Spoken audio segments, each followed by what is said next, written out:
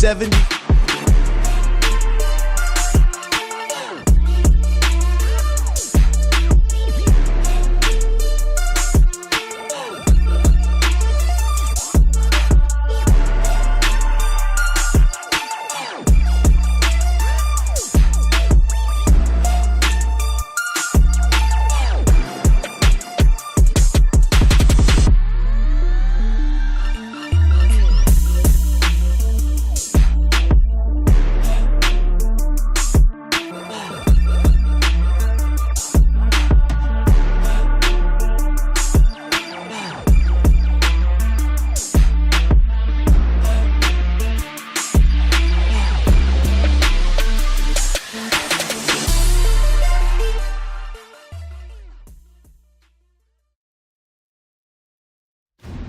Carlos Adames, 22-1, 77% knockout percentage, but he's taking on Julian J-Rock Williams. He said the most feared man in the division. Who fear him? He just hit the scene last year. Williams is bait on a hook, ready to be devoured by the big fish. If I said that I'm superior to him, it's because I mean it. I'm locked in. I know what he is. I ain't telling him. He's gonna show up in the fight. And I'm gonna tell you what, I'm a man, bro. You can't scare me, you not scare me. I'm a man. I want the people to know that I'm going to bring my best and that Julian Williams has no idea what he's getting into on Saturday night. I watched tape on him. He's not unbeatable. He's not no boogeyman. One heck of a night of boxing. It's a triple header of fights. Ladies and gentlemen, a very good afternoon. The official weigh-in, our co-main event, Luis Arias, 155 3/4 pounds. Erickson Lubin, 156.5 pounds. Our main event, Julian J-Rock Williams, 159.25 pounds. 159.5 pounds for Carlos Adames Jr. Don't miss the action. 12 rounds of boxing. Carlos Adames Jr. versus Julian J-Rock Williams. Live on Showtime. Middleweight champ Carlos Adames makes his first title defense. Adames exploding. He caught him with the left hook, and he's hurt. Against former 3-belt title holder Julian J-Rock Williams. You wanted the best. You got the best. Adames to the body and upstairs. Two top fighters from boxing's deepest division go toe-to-toe. Adames versus Williams for the interim middleweight championship on Showtime. Oh, yeah, your Saturday fight night begins now, and the boxing hub of Minneapolis, Minnesota plays host to tonight's Showtime Championship Boxing triple header. But before that, Brian Campbell, Luke Thomas, co-hosts of the award-winning Showtime Sports Digital Combat Sports Series Morning Combat, will take you on the road leading up to the start of tonight's 9 p.m. Eastern triple header. Welcome in to Showtime Boxing Countdown. Of course, we're going to set the stage for all things Carlos Adames versus Julian J-Rock Williams, tonight's triple header main event for the interim WBC middleweight title. But Luke Thomas, before we get there, we have a trio of attractive preliminary fights and some names that are household names in this sport for sure. Yeah, and names in the area in which this fight is taking place. Caleb Truax in a light heavyweight contest. He has said, by the way, he doesn't have a whole lot of fights left, maybe one or two more. This could be his swan song. He'll be in the quote-unquote main event of our prelims. Also, Jerwin Ancajas getting back to us on Showtime Championship Boxing with a 2-weight move up. That'll be interesting as well. There's actually more than just that, but BC, those names folks should recognize. Still bouts of consequence. Sure, the former super flyweight champion Ancajas from the Philippines. We'll also see Kel Spencer, the younger brother of junior middleweight contender Joey Spencer, on this early prelim card. All leading up, as I mentioned, 9 p.m. Eastern, 6 p.m. Pacific, the start of tonight's triple header from the Armory in Minneapolis, one of the most passionate fight towns in America today.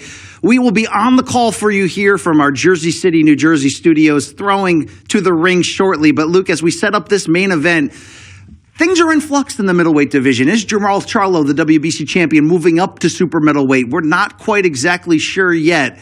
but Adames versus J. Rock Williams will give us some further clarity in this division's top end. Yeah, I love this fight for a lot of reasons, not just the individual storylines of J. Rock now at 160 and Adames after having been dropped from a previous promoter, then having this surge in the last few fights that he's been on, and now we're in this spot. But of course, as you indicated, like, what's going to happen at 160 pounds? Like, when's Charlo going to fight again? Is it going to be against Adames or the winner of this bout? I guess we'll see. We don't really know the answer to that. It's going to be against Canelo Alvarez. Who knows? And I think this division has had a ton of stars, but the division is in flux. Some new ones are looking to stake their claim. This could be the night where we get either J-Rock stepping up or Carlos Adames really sort of sealing his place at 160 pounds. As you can see inside the ring, the first of our 3 preliminary fights here on Showtime Boxing Countdown about to get underway. But if you don't have Showtime ahead of tonight's Showtime Championship Boxing tripleheader, now would be the time to get a 7-day free trial of Showtime with Paramount Plus. Then $11.99 per month after that. You can go to ParamountPlus.com/Showtime bundle for more information. But as promised, the return of young Kel Spencer to kick off our triple header here. This will be a 4-round bout in the super lightweight division, as Kel Spencer brings a 3-0 record with 2 KOs to face, there you see his opponent, Lyle McFarland, who is 2-1 in his young career with 1 knockout. Luke, I've called, I believe you were with me, an earlier knockout for Kel Spencer through his 3-fight buildup here, but the younger adopted brother of Joey Spencer, they came up through the amateurs together. Joey a little bit older, but it has been this family's dream to make noise on the highest level. We'll see if young Kel can follow Joey up the ranks here. Yeah, looking forward to seeing this contest. Just a 4-rounder, so we're still talking about boxers at a stage of their development where, you know, you have to have some managed expectations. I think that's totally fair. But to your point, from what we've seen up to this stage, there have been some of the underpinnings of what you might imagine to be, when it gets fully developed, a great boxing game, some good decision-making, good speed, good athleticism. Again, this is the right next step. Won't necessarily predict the whole future, but an important fight just the same.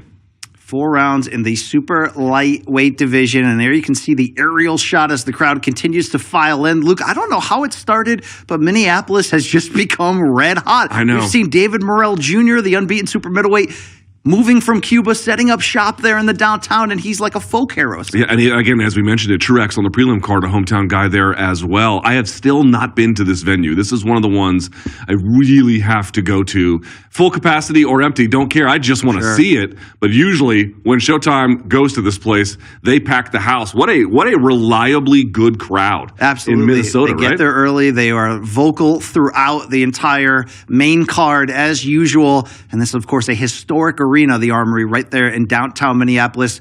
The Minneapolis Lakers once used to play here on a part-time basis. The first dynasty in NBA history, if you will, Luke. I know you're more of a, I don't know what you call it, a soccer fan?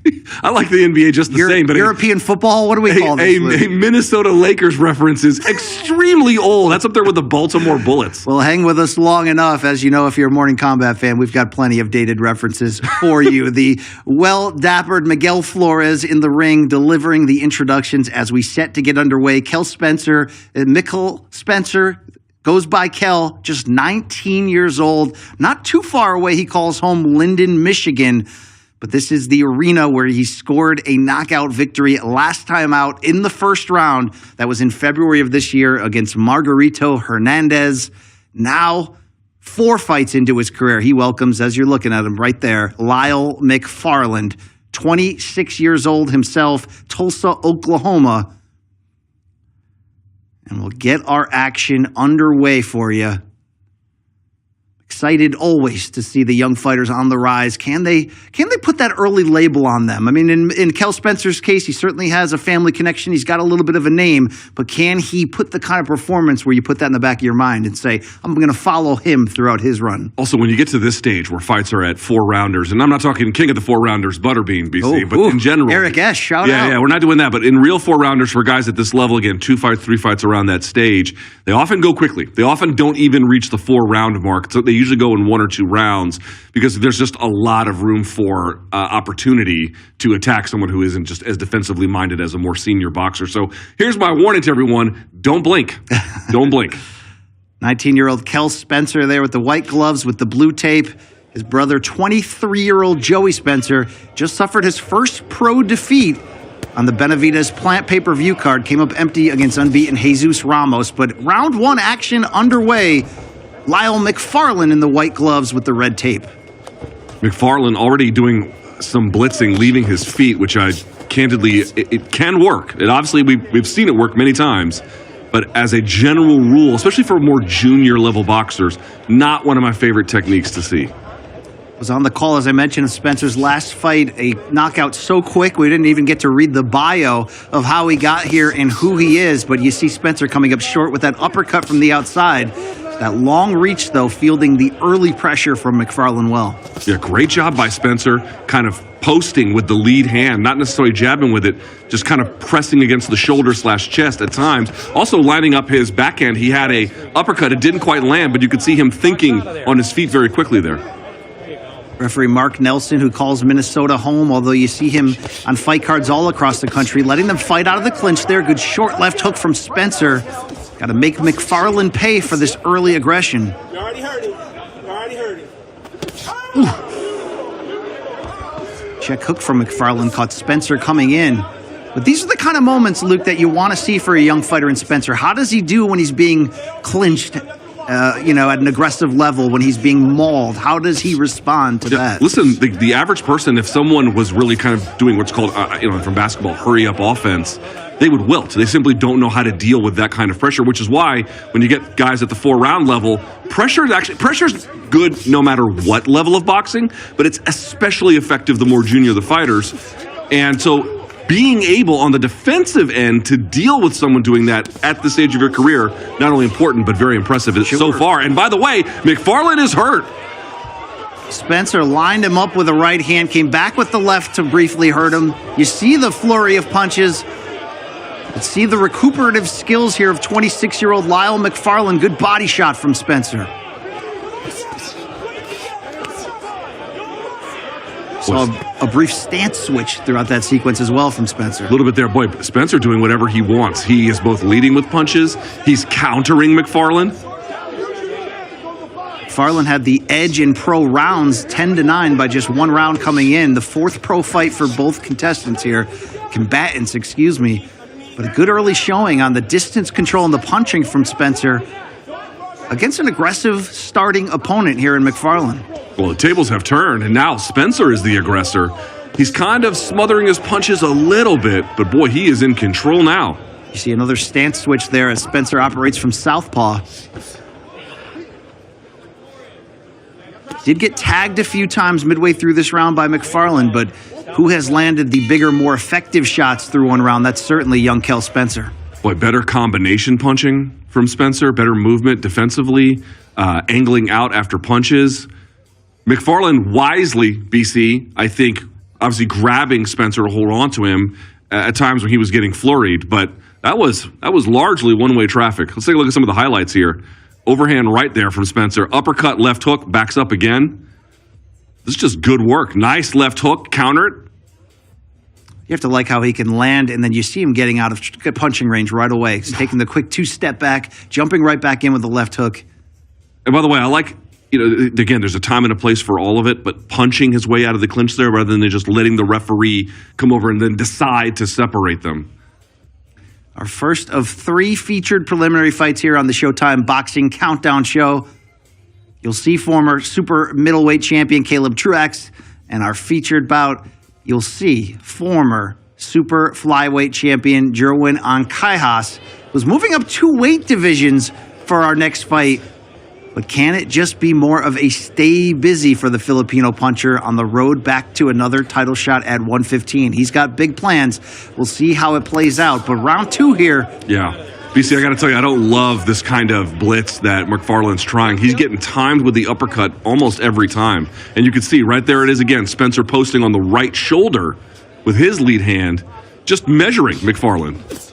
Again, here we are, pivoting out and then rolling under and then catching him with the left hook.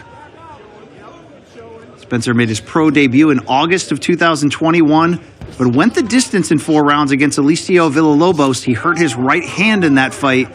Needed an extended layoff, but here he is in his 4th pro fight at age 19. BC, the problem for McFarland is he's just not setting the stuff up. He's just kind of going or answering Spencer at times, but there's no fakes, there's no feints. He's not getting Spencer to reconsider, to think for a moment, and then going. He's just kind of launching into it, which makes it much easier to read as a consequence. Good ring generalship here early on from the young Spencer.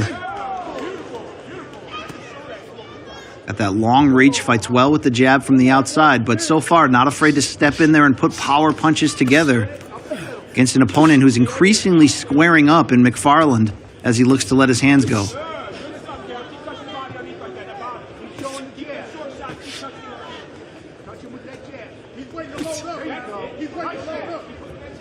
Much as early flashy knockouts can be a thing for young prospects, you need to put in the rounds, you need to gain that experience, go through some challenging times. Well, this is better for McFarland. He's a little busier this round. I mean, at this point in the last round, he was getting stung, although here he is getting stung again. As I say that, the round goes back to being exactly like the first. Less than a minute to go here in round two. Spencer in the southpaw position. A good right hand may have hurt McFarland there. But no rush for Spencer, looking to pick him apart and break him down with single punches. Yeah, I mean, McFarland's leaning far over his front leg to throw the overhand right, and then just eating uppercuts as a consequence.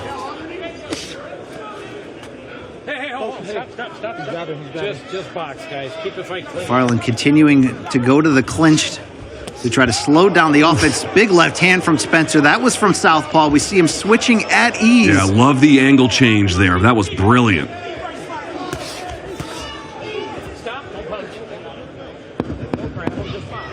Final 10 seconds of round two. Obey the bell here. Boom. That was a beautifully timed uppercut. Wow. Halfway there in our opening fight here at 140 pounds. Here's some round two highlights of largely Spencer-controlled action. Yeah, Spencer is a talented kid. Here he is. You know, obviously there's lots of things to work on. Nothing is perfect, but your point is great awareness of distance, good timing, good offense everywhere. And I love how he is consistently angle changing the side of attack. He's letting his opponent carry his own momentum forward, get it rolling underneath, and then throwing punches thereafter, not trying to fight him head on all the time. Love that. It's good work from him. 2 rounds to go. Let's see if Lyle McFarland can turn the momentum. The 26-year-old won his pro debut. Lost his pro debut, losing a 4-round decision to Clyde Hardiman, but came back with consecutive wins in March and April of this calendar year. This is his 3rd appearance fighting out of Tulsa, Oklahoma. Also, I got to say, look, for a prelim crowd, that is a great crowd. They get there early in Minneapolis. Believe that. I don't think it'll be Ricky Hatton, Floyd Mayweather levels of Las Vegas running out of beer on tap at the MGM Grand, but they also fill the concession stands and fill the seats here. And it's just that historic feel in that arena. You know, that matters. You don't really have a lot of that history, maybe outside of a Madison Square Garden for boxing. Ooh, brilliantly timed right hand. McFarland walked right into it. Again, McFarland just kind of leaping in or changing levels a little bit and then throwing the overhand right. And it's just not enough to fool. Look at him again. He had it timed, BC. I am preaching to the choir here, I realize. Watch the heads, guys. Watch your heads. Mark Nelson, the referee, warning them of multiple head clashes there as they come together. This is McFarland's hope here, that he can start to slow Spencer down, maybe tire him out, lean on him, rough him up a little bit. It's not going to matter much unless he can land the type of clean punches that can put Spencer in trouble or at least turn the momentum shift into his favor. You're absolutely right, BC. I mean, listen, if you're McFarland, making it ugly, roughing it up, definitely the right idea. And he's having a little bit of success, but there again, kind of walking into what Spencer is throwing. There was a left hook, now an uppercut, and so forth. So part of this, I think, I do like from McFarland that he's trying to make it that kind of a fight, but to the point you're raising, okay, you got the right idea, but is the implementation actually working? And that leaves a lot to be desired thus far. By the way, now all bloody. Yeah, referee Mark Nelson stopping the action here midway through round 3. Blood coming from the left eye, it appears, of Lyle McFarland. You saw the warnings for multiple head clashes. With the stoppage in the action, it has to lead you to believe this could be from that. Boy, McFarland looks like he could use the break. Ringside physicians chatting it up with Nelson. And they're going to wave it. Wow. And that'll do it right there. Round 3, we're going to call a halt to it. Going to be interesting to listen closely. Was this caused by a clash of heads? Now, referees, when we're talking about, again, guys with, like, let's say less than 5 fights, they are going to be a little bit more willing to pull the trigger on what you want to call merciful or even otherwise medical stoppages than they would be for more senior fighters in more senior positions, let's say a title being on the line, which I generally think is a good idea. And maybe it was a good idea here too, but to the point, BC, I would like to hear exactly what the reasoning was, because it didn't look to me like McFarland quit. Let's look back on round 3, see if this was caused, this cut around the left eye. You see McFarland leading with his head a lot. A little bit there, yeah. We'll get an official decision shortly from Miguel Flores. It did look to be from a clash of heads. Considering we're halfway through the 3rd round of a 4-round bout, you'd have to believe we will go to the scorecards here to get a technical decision. If that's the case, you'd have to prefer the early work of young Kel Spencer. I'd be curious to know what McFarland told the referee or told the ringside physician, because that usually would be the indicator. I mean, look. Ladies and gentlemen, referee Martin Nelson had to call a stop to this contest at 1 minute 31 seconds into round number 3. This fight is ruled a no decision because of an accidental headbutt. Therefore, the fighter could not continue. So this fight is ruled a no decision. I correct my assumption based on the rules they're using tonight in the state of Minnesota. This will go down as a no decision. Certainly a disappointing turn of events for both fighters, especially the young 19-year-old Kel Spencer, who was looking to add these experiences, add these early shots at piling up victories here. The younger brother of junior middleweight contender Joey Spencer. Luke, you have to love what he showed through a few rounds, but this will go down the books as not an official win or loss. Yeah, it won't really hurt the young man in Spencer. I think he'll obviously be just fine from all of this. Actually, it's McFarland who gets a bit of a reprieve because this was absolutely not going his way, so he'll get another chance to get a W following this contest. But to your point, BC, yeah, Spencer's showing a lot of great ability. Great, to your point, ring generalship. A great use of his both jab and then the jab hand itself in posting, angle changing. We're seeing it a lot more from these younger boxers, BC. A lot of the stance switching to get some of the angle changing or some of the retreating. Just a lot of really good, smart boxing tactics. And of course, still a lot of things to work on. He was smothering his punches. He was trying to fight his way out of the clinch in sometimes less effective ways than others. But for a fighter who, this was what, his 4th professional contest? Hey, pretty good fighter. Anticlimactic ending. Unfortunately, we did get to see Kel Spencer flash the goods in that regard. We have 2 more preliminary fights coming your way shortly. But Luke, as we continue to build to 9 p.m. Eastern, 6 Pacific, and the start of tonight's Showtime Championship Boxing triple header from Minneapolis, we talked a little bit off the top of Carlos Adames facing Julian J. Rock Williams, interim middleweight title in the WBC at stake. Let's talk about Adames' path to get here, though. Lost a 154-pound title fight to Patrick Teixeira by close decision back in 2017. In fact, it was a knockdown in that fight that ultimately forced it away from being a majority draw, that 1-point difference on 2 scorecards, giving Teixeira the win. But what has Adames done since then? A 4-0 run, 3 by knockout. And we're talking about a gut-wrenching, tough 10-round majority decision win over multi-time world title challenger Sergey Derevyanchenko. But Luke Thomas, that 3rd-round demolition of Juan Macias Montiel, what did that do to, I guess, change the public perception of what we look at Carlos Adames to be? That was brutal. I mean, that was target practice, right? I mean, he had him spinning like a top through the course of that when he was just delivering punishment. And there were some personal life circumstances, which we'll talk about a little bit later, that could have contributed to this perhaps attitude change. But BC, you were talking about at 154 losing to Teixeira. And again, he at the time lost his promotional company. Now he's with PBC. And he's had this incredible revolution. That was not just a dominant win and a quality win over a quality opponent, but it was this announcement of this rebirth. Sure. Right? I mean, so beating Derevyanchenko was probably, in the eyes of many, a more difficult win to come by because Derevyanchenko, to your point, has given a lot of boxers. Jaime Munguia, just recently another one. Yeah. Right. And Triple G, you could argue he beat Triple G. I mean, there's lots of ways in which Derevyanchenko can be a very, very difficult fighter, and he was for Adames. But Adames was, I thought, able to land just the crisper punches, better about range, slicker about timing. Derevyanchenko obviously able to hold on, but the point I'm trying to make here is that was a tough fight, but then he follows that with this dominant, almost like angry, yet still in control showing, and it just finally served to me as proof. It's like, wait a second.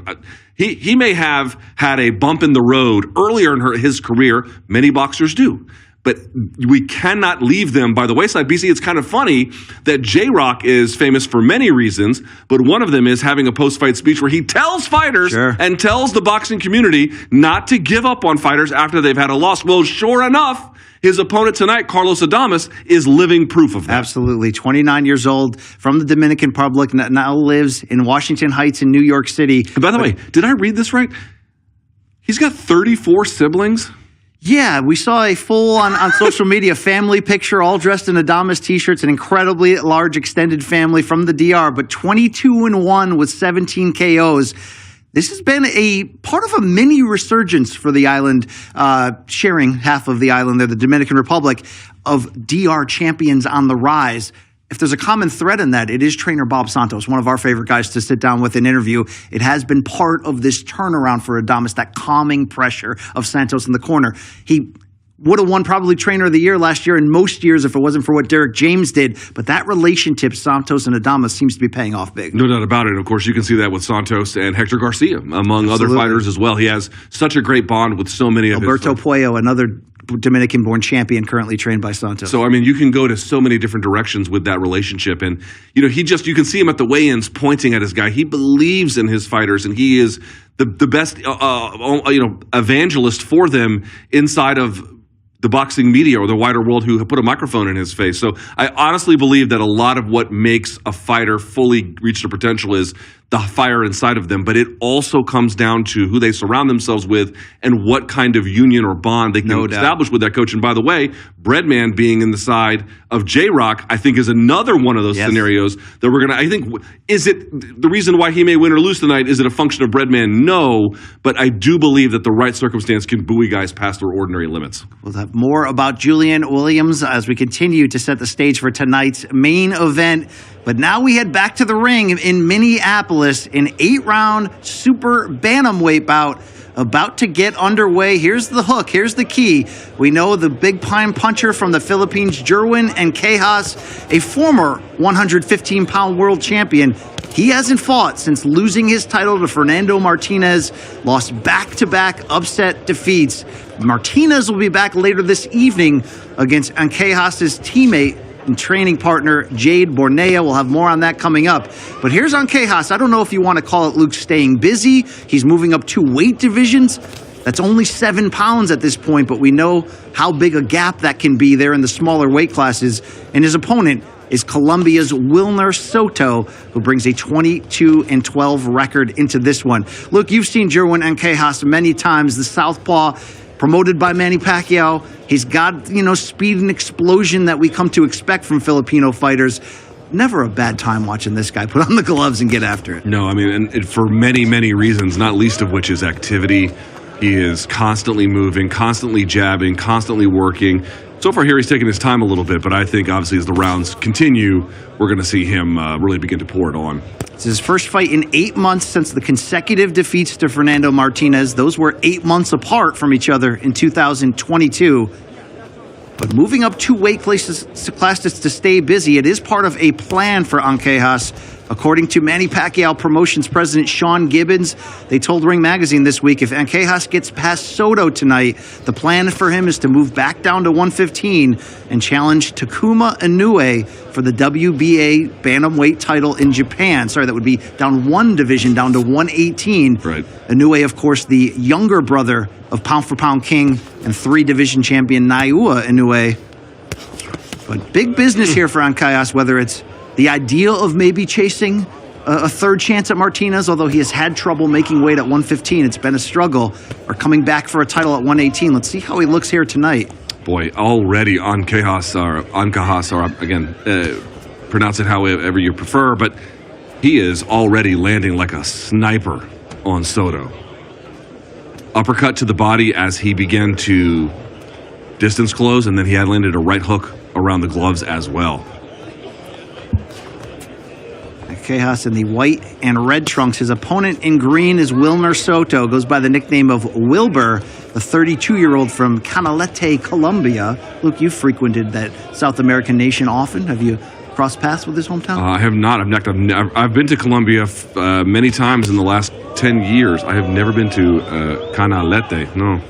Big overhand left there from Ancajas. Like Venezuela, by the way, most of the boxing in Colombia is on the coast. Sure. So I'm guessing this is probably somewhere relatively close to that. Big body shot from Ancajas there. Looked like Soto felt that one. Final seconds of round one. Bit of a feel-out period, BC, but yeah, old Jerwin was clearly sharper from the word go. Well, I mentioned Jerwin still having Fernando Martinez, the Argentine champion, on his mind, who took his world title at 115. Tonight, Fernando Martinez is going to fight Filipino Jade Bornea to defend his title. But Luke, we saw Ancajas in camp switching stances to mimic Fernando Martinez as a sparring partner to help prepare Bornea tonight. So fresh on the mind still, Fernando Martinez lingering over him. And to talk about what an upset that was 9 consecutive title defenses for Ancajas here at 115 leading up to that. He dominated McJoe Arroyo back in 2016 in a 12-round decision to win that belt. Made 9 defenses. He did have 1 draw in there, but kept his title until 2022 and the rise of unbeaten Fernando Martinez. But as a stay busy, as a check-in to see where he's at, we enter round 2 here for Ancajas. Title hopes in his future at 118. Can he deal with the punching of Soto, who himself, Luke, does enter on a 6-fight losing skid? Yeah, he is. Soto is rhythm stepping a lot, which means he's bringing his feet together before going back out, almost like a reset. And that just makes you significantly easier to time. Coach Barry Robinson, coined the term rhythm step. He's a heck of a follow on Instagram as Coach Robinson. Sure is. Has a keen eye for all things boxing and mixed martial arts. A slow start here to round 2 in this 122-pound bout. Soto having a real hard time, BC, trying to figure out how to get inside. Every time he's tried thus far, he's getting picked apart just like that. Just like that. Left straight to the body, right hook. Soto has faced world-class competition before. In 2019, he lost via 4th-round TKO to unbeaten Murjan Akhmadaliev. And the note here is that was the fight before Akhmadaliev would upset Daniel Roman by split decision in a Fight of the Year candidate to take 2 of 4 world titles at 122 pounds. But you know how boxing can be. Akhmadaliev returned and was upset over the past year by Marlon Tapales to lose those 2 world titles. Boy, Soto coming in tall. Couple of lefts over the top there for Ancajas. Found the mark. Look at that, BC. As soon as he comes in, Soto just can't find a way inside so far. Ancajas has fought in this weight class twice before in his career, but not since 2013. You know what's interesting, BC? You have Orthodox versus Southpaw here, and you don't see what they call fencing, which is when both fighters are trying to establish lead hand dominance. Ancajas not really playing the game, Soto not really playing that game. And I would imagine that for Soto, if you're having trouble getting in, that could be a better way to at least disrupt rhythm or begin to set your own. Despite moving up to weight division, Ancajas looks like the bigger fighter in this. He does. Good point. Certainly the bigger puncher so far early on, targeting the body throughout. Boy, he is roasting the ribs of Soto. Yeah, it looks to me, BC, you're right. Soto looks, thus far, not merely technically outmatched, he looks physically outmatched here a little bit as well. Soto 12 knockouts in 22 victories, but you see 12 defeats, well-traveled. Looking for his first victory since 2019. This has been all Ancajas, largely as expected through 2 rounds. Yeah, like we said, Soto wasn't exactly riding a wave of momentum into this contest. And the questions were about Ancajas getting back to his winning ways here, a different weight class. But you're right. Thus far, the quality in terms of what they've shown speaks to their records overall. Ancajas, 31 years old, goes by the nickname of Pretty Boy, and he's been a pro since 2009 when he made his debut at 109 pounds. That run, though, at super flyweight was certainly an impressive one. See if he is one victory away from maybe starting a new path at 118 pounds. He would certainly be a welcome name in that larger title picture. Not a lot of concern in the corner of Ancajas there. No. Seems very procedural.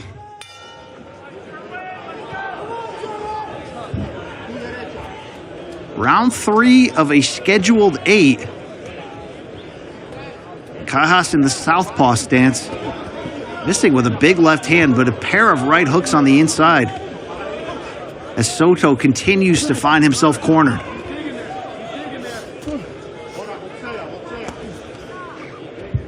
Round 2 began a little bit slow. We're seeing Ancajas step on the gas a bit.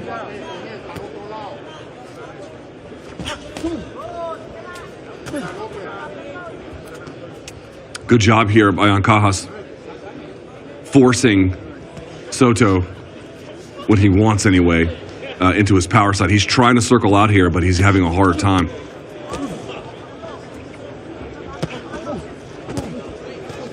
Ancajas currently ranked number 8 in the WBA at 118 pounds. Yeah, you can see here Ancajas really corralling Soto at this point. Not headhunting, though. Looking almost to use the jab as a setup for these left crosses to the body.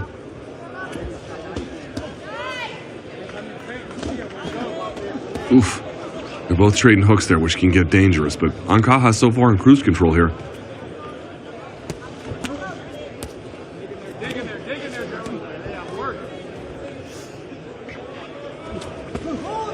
Yeah, also just in terms of physical strength when they lock up, that's one thing, but the punching power seems to be a discrepancy there as well.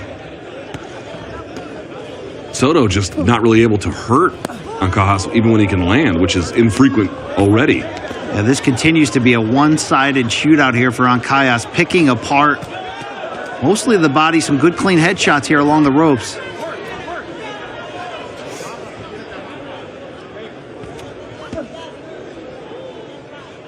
Can't underestimate the impact of what the great Manny Pacquiao's career has had on so many now new generations of young Filipino fighters. How many of them are southpaws with that same exciting style? It's certainly no surprise, but it goes to show as Pacquiao has extended his reach. Still, would you call Pacquiao semi-retired, right? You've seen him do a few exhibitions, but focusing more on promoting now after coming up empty in the presidential election in the Philippines? Yeah, I think he's definitely, like, in terms of fighting big name opponents, he's clearly retired.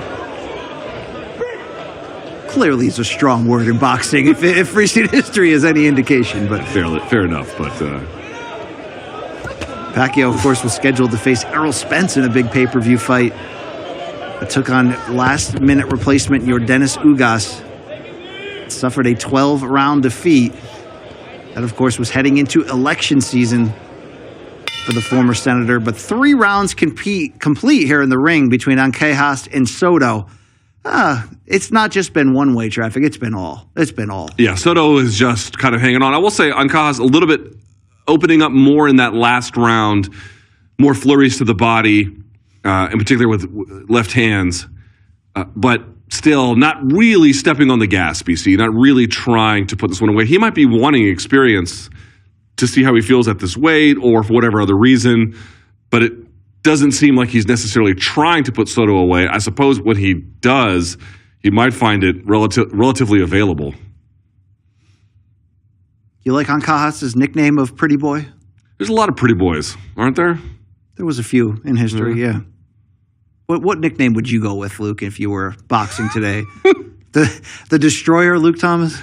No, I don't think that's a fair nickname. Mostly just the Scold is really just a better way to put it. Yeah, Luke Thomas, there it is. Round 4.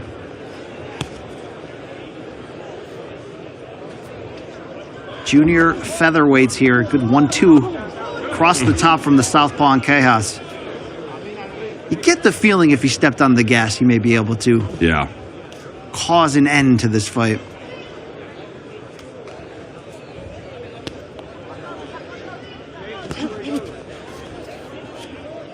Ancajas certainly world-class. Owns victories at 115 pounds over the likes of McJoe Arroyo, Jamie Conlon, Israel Gonzalez. Great job in using the first set of punches to close the distance and then landing an absolute bruiser to the body by Ancajas. I love this angle. I love the overhead angle. When you have southpaw versus orthodox, it really gives you a sense of position, footwork. The constant battle for outside foot placement. Or inside. People always think in these positions you always want outside. You don't necessarily. When you have the inside foot position, it's actually closer for you for that shoulder to jab. But to your point, he threw the power punch off the backhand, which means in that situation, he does want the outside. Almost a big bolo shot to the body, an uppercut from deep there. But still plenty of patience here for Ancajas, despite the clear advantage in skills over Soto. Looking to find that perfect shot that might bring an early end here midway through round 4. Yeah, I got to say, through the first 4 rounds, it's pretty clear Ancajas not looking for the finish at all.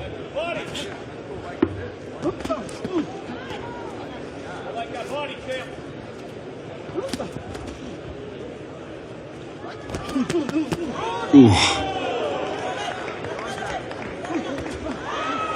Boy, as soon as I'm just jinxing all of the fights in the best way, I suppose. Big left cross from Ancajas. Down goes Soto in round 4. It felt inevitable. It's a fast count from that ref. Referee Charlie Fitch giving him the standing 8 count here and continuing the action. It might not last much longer. They're going to stop this. Big left hands from Ancajas. Goes to the body.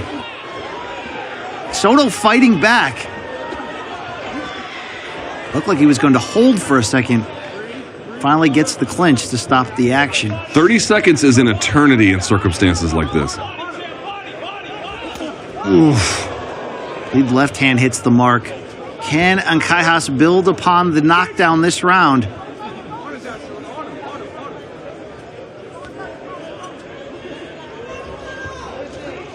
Maybe left Soto off the hook here a little bit in the final I think Ancajas has basically realized he can get the finish whenever he wants, so he's just not exactly rushing in. I think he's surmised it will basically just materialize on its own. Halfway through the second of 3 preliminary bouts here on Showtime Boxing Countdown. Let's look back, though, at round 4 action. Love that right hook. He holds it and posts and uses that to close the distance and then throws a left to the body. Here's a great combination. In the pocket, following Ancajas as he retreats, his hands down, catches him on essentially the exit, the clinch break. You'd be surprised how much free offense you can get from that, man. Referee Charlie Fitch having a discussion with the corner of Wilner Soto. Dropped here in round 4. As we enter the second half of the fight. Probably a stern message from the referee to, if you're going to go now. Right. Get some action in, take your shot, take your chance. Well, he was looking very close there. I'm going to guess he told the corner, I'm not going to let this go much longer. Sure. If you want to win, you got to start fighting. Round 5 underway.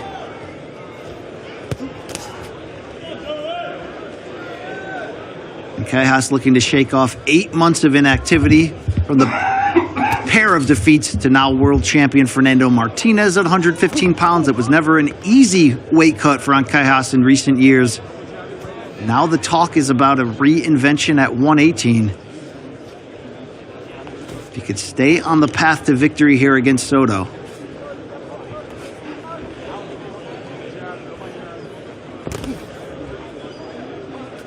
Yeah, the way Soto moves, he moves very rhythmically, and so it just makes it a little bit easy to time, man. Soto has been active. Just 3 months ago, he lost a 6th-round unanimous decision to Jonathan Rodriguez. But look, you need fighters like Soto who can test younger fighters on the way up. This is not necessarily that situation as Ancajas is established and a former champion, but still giving rounds as Ancajas stays busy. Oh, big left. He's been looking for that counter too. He's been looking for it. And here comes the head hunting as Ancajas enters finishing mode. Soto wisely getting the referee involved here. Veteran fighter knowing when to clinch to slow down the action, but it seems like Ancajas can hit him with whatever he wants to. Brilliant lead uppercut there. Love that. Also, I just got to say, Ancajas seems to have absolutely zero fear of anything Soto throws. Right? He'll just take it. Absolutely. You do wonder if we're one big flurry against the ropes away from a stoppage, given how clean Ancajas has been able to land with these big shots. The best Soto can do is hold. Soto is outmatched, but you can tell he's been in the ring a few times, right? He's got a few was that a low blow? What was that? He kind of bent over there, and then the referee didn't jump in to intervene, and so they went back to boxing. Could be a borderline shot along the waist and the belt line of Soto, but it looked like Soto came back with one in the same area to Ancajas, maybe a little bit of payback, but this is not slowing Jerwin. This is not going to go much longer, yeah. Taking the knee is Soto, and that will do it. A 5th round TKO for Jerwin Ancajas, his first fight here in a move. This was up to 122 pounds. The plan, as we have talked about, though, is a reinvention here at 118, following consecutive defeats to Fernando Martinez and the loss of his super flyweight title. Luke, hard to fully gauge where he's at, but we already know where he's at, world class, and he showed nothing short of that tonight. Yeah, listen, this doesn't exactly tell you what the upper bound limit of Ancajas is, but it does sort of show you that he was able to, he was clearly the superior fighter. Fantastic body work, doing whatever he wanted. Again, you just don't know exactly what these mean in terms of when these guys get back to elite competition. But BC, the point I want to make is, if you had told me who he was going to go up against, I would say, here's how good he should look, right? And he did that, right? He did the kind of thing you expect him to do against this kind of opponent up 2 weight classes. Maybe you could make the criticism, BC, he could have gotten Soto out of there a little bit earlier. But in terms of the skill he showed, I actually think it's better that he took his time, showed some patience, fantastic body work, and then closed the show whenever he really wanted to. It's Takuma Inoue, the WBA champion there at bantamweight, the younger brother of Naoya Inoue. Could that be the direction where Jerwin Ancajas is heading for the bantamweight title shot? We'll see what his future brings. As we mentioned, ranked number 8th in the WBA at 118 coming in, but a thorough, solid victory for the Manny Pacquiao promoted former world champion Jerwin Ancajas. 2 of 3 fights on our Showtime Boxing Countdown. Preliminary coverage here in the books in Jersey City. Luke Thomas, Brian Campbell, resetting with you back here at Morning Combat Studios.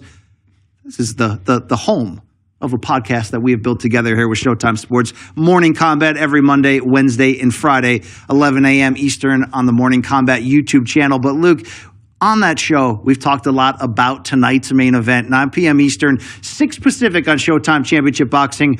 We covered the Carlos Adames angle and a bit of that reinvention that brought him here. But reinvention would be the right term to describe what 33-year-old Philadelphia's own J-Rock Julian Williams is trying tonight. Luke, if we're honest, the road hasn't been comfortable or perfect since J-Rock lost the 2 154-pound world titles that he won by upsetting Jarrett Hurd back in 2019. But a new division, fresh off a win in that division, it feels a little bit too early to count out J-Rock Williams. Haven't we been here before? We have been here before. I remember distinctly the night where he, in my hometown, defeated Jarrett Swift Hurd, and that was... Oh, you're from Fairfax, Virginia? Not from Fairfax, but hold on. He had... UDC guys think whatever that extended area is part of your purvey, right? Hold on. He was at the Eagle Bank Arena, then the Patriots Center, which is on the campus of George Mason University. But I can tell you this. This was that was supposed to be the coming out party for Jarrett Swift Hurd, and I'll never forget this. He, at the time, had the permission, Hurd did, to wear the colors on his trunks of the then Washington Redskins. We don't use that word anymore in these. I understand. They were a Washington football team, and now that's the terrible Commanders. The point I'm trying to make is he went in there and played spoiler in the most amazing of ways. You simply had to give it to him. But since then, BC, here's the thing. It's like, I don't mind that. I think the weight class change is probably a good idea.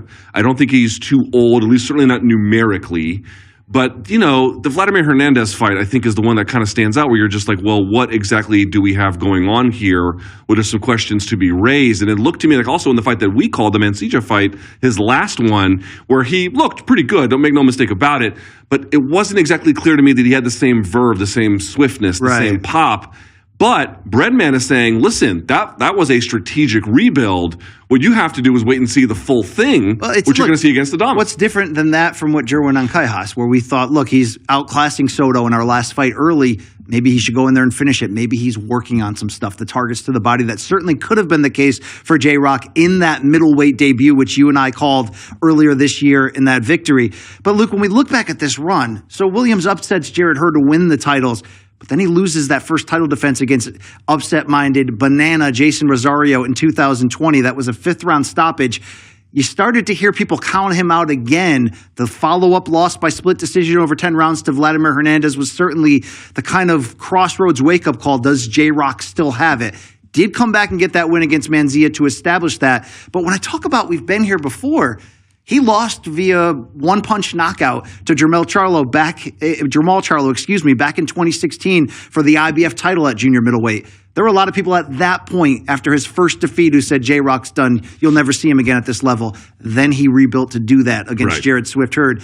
If confidence ahead of the fight can tell you anything, J-Rock is dialed in for this one. Have you seen the press conference? Have you seen that look in his eyes? It seems like this is his moment of redemption, and he knows it. And he's a smart guy. He has to know that you're not going to get many more opportunities like this if nights like tonight don't go right for you. Like, you have an obligation to get that right. So to the point I want to make is he had that resurgence after that loss to Charlo, and he had the amazing night against Hurd. And by the way, losing to Rosario I don't think is the end of the world. Rosario, I know he's since retired. Big puncher. Big puncher. The guy can crack. I don't even think that's the big deal. It's the Hernandez fight where you're like, for sure he had exhausted, I think, the best of his options at 154. I think that part is very, very clear. What I want to see is what does his punch resistance look like tonight, because that's going to be really important against Adames. And also, like, again, we know he's got good ring craft, but what kind of athletic difference can he bring to some of that skill? Again, we didn't see a whole lot of evidence of that in his last fight, but that was a rebuild fight. I don't exactly know what that means for the future. Absolutely. We'll see if the former world champion, Julian J-Rock Williams, can get back on that road in an interim title opportunity. Speaking, though, of former world champions, how about this? Our featured presentation in Minneapolis, and a hometown boy himself from nearby Ossing, Minnesota. You're looking at him, the former IBF super middleweight champion of the world, Caleb Truax. We haven't seen him since the Caleb Bowl back in 2021 when he dropped a decision to then unbeaten Caleb Plant on national television. It's been a layoff of 29 months since then, but entering tonight's bout against Burley Brooks, Luke, there has been a lot of talk from Truax. This could be his last fight, especially if he loses, but if he wins, he does want to go out on his own terms. For him, that was being in this arena one more time in a big fight with something on the line. At 39, can he get there? That's the big question. I don't know. This looks like a guy who's fighting his daughter's boyfriend to see if he's allowed to take her to the prom. 39-year-old Caleb Golden Truax. I always call him a friend of boxing Twitter. Exactly. I was just going to say, he is a joy to follow on Twitter if you haven't already. His opponent, Burley Brooks, formerly a very bright prospect coming up with PBC, now 27 years old. You see that 6-2-1 record. The native of Dallas had a few setbacks. Originally trained by Derek James, there was a lot of hype here, but this would be a big victory to get back on the board against somebody with a name like former world champion Caleb Truax. But 29 months is going to be a lot to ask of Caleb Truax to turn around here. Luke, he straight up said it. It is a must-win, Truax said. If I lose this fight, I should retire. Yeah, and I think he's right. I mean, 39 years of age, you have to know, and he does, your best days are far behind you. You might be able to go out in a way that matters to you, and in a way where you are, just answering for some of the demands that you made for yourself, and I think that that's important, but for sure, losing tonight, I think would be enough reason to not go back out there. Truax would go on to say about tonight, I've thought a lot about how I want to exit. I want to get past this fight, and I've made no secret. I want to end my career here in Minneapolis, but it has to be in a big fight. This is the third fight for Truax in this building, although he has fought a lot of his career in his home state of Minnesota. Get out of there, guys. Get your hands free. And by the way, the Peter Quillen fight in the same venue was a weird one where he gets a headbutt and it's right over the eye, like the worst place you could basically get it. They let the round finish and the bout is basically called there. It ended up being a no contest due to an accidental headbutt at the end of the second round. But the point I wanted to make is it wasn't like the fight was completely out of hand. But, you know, Truax was getting hit. Yeah, that was a potential redemption opportunity for both aging fighters, both former world champions. 4 years ago. I mean, you've always seen Caleb Truax against the best, whether it's Jermaine Taylor, which was an early loss, Daniel Jacobs, Anthony Durrell, Caleb Plant. But when you're talking about the high moments of Truax's career, you look no further than December 9th of 2017 when he traveled to the UK and won that IBF world title by upset over James DeGale. It was a majority decision in which Truax just outworked, outmuscled, and would not stop coming against a somewhat flat DeGale. Now, Luke, to DeGale's credit, he would win the rematch the next year, although very close on the scorecards again. But it did prove that Caleb Truax, certainly on the biggest night of his career, could put it together and show you the world class inside of him. And I like this game plan. Look at this. He's landing. He's landing at distance to close range. He's landing on the inside. Taking the fight to Brooks. Love it. Obey the bell here.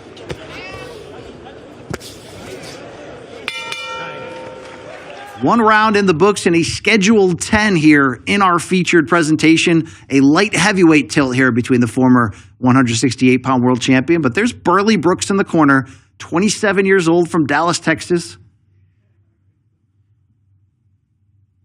His last victory came via first-round TKO against Melvin Russell in 2020. But what has happened since then has been an interesting two-fight series with Cameron Rivera. Brooks would lose their first contest when he lost a point in round 6 for a low blow that would lead to a majority decision loss. If he hadn't lost the point, it would have gone down as a draw. Well, Luke, they had a rematch 4 months later, and guess what happened? They fought to a draw. So not much advancement there for the young prospect in Brooks, now with a 6-2-1 record. But that did look like Caleb Truax, the veteran, was in control here in round 1. It's a 10-round contest. First round, I don't think we should be making a whole lot of demands of either guy. Second round, not many either. But I do want to see if, I can already tell what the offensive identity is of Caleb Truax. Now, maybe for Brooks, it is accepting pressure and then counter-fighting. Let's see. So far, in this round, with just 20 seconds in, there's some evidence of that. But I don't know if this is a better way. Like, if I'm Brooks, do I want to fight on the inside here? I don't know that I do against a slower opponent who is very crafty and has a lot of experience. They have the same reach at 75 inches, although Brooks' slight 1-inch height advantage at 6'2". And a good jab early here from Brooks in round 2.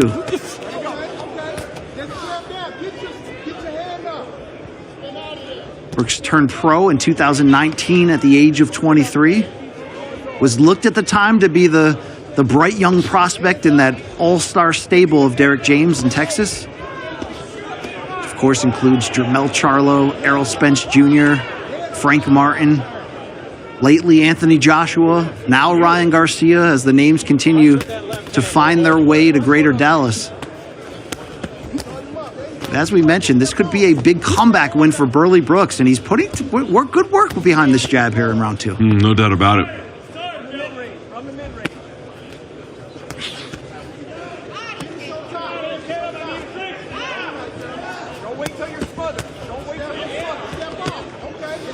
Good right hand from Brooks. And maybe not a bad idea from Brooks to get a slow start in round 1 when you know the veteran Truax has been off for 29 months. Let's see what he has. And they're exchanging, and Truax hits him with a nice shot. Crowd got into it for just a moment. Truax was quoted as saying leading into this fight that a lot of guys don't like hometown fights. They don't like to feel that pressure, deal with the tickets. He said, I'm a hometown guy. I welcome that pressure. But he also said it's the experience level that he believes will be more than enough against Brooks, who he says has never fought somebody the caliber that I have as a former world champion. Yeah, the jab could be a real potent weapon for Brooks. And you see him at times doubling up on it and then changing the timing a little bit on how he doubles. But if you're looking something to illustrate the experience difference between them, Caleb Truax at 39 pro bouts has more fights than Burley Brooks has pro rounds at just 30 entering this one. Also, Brooks crossing his feet up a lot along the rope line. That's going to get you into trouble a little bit.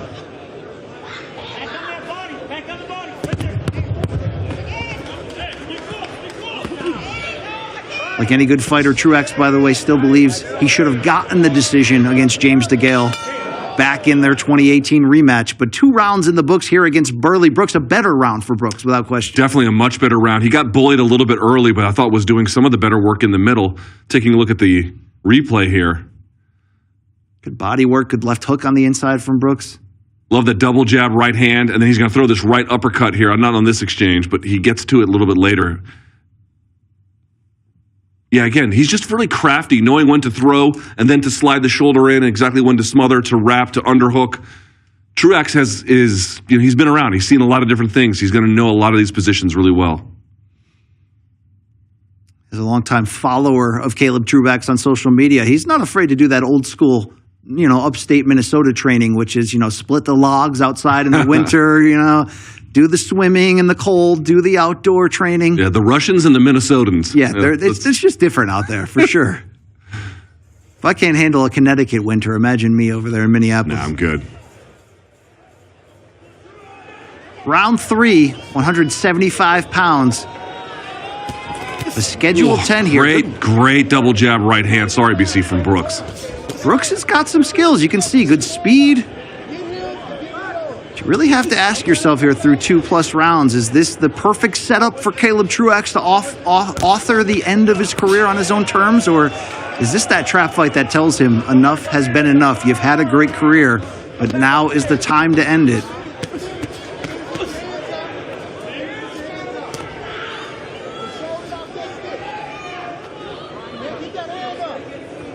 Truax in part has been able to lead and pressure Brooks because of the faking and the feinting, right? He'll kind of step feint or shoulder feint, and Brooks has to kind of wait around, and then he steps forward a little bit, and then Brooks steps back, and so it just puts him in a naturally leading position.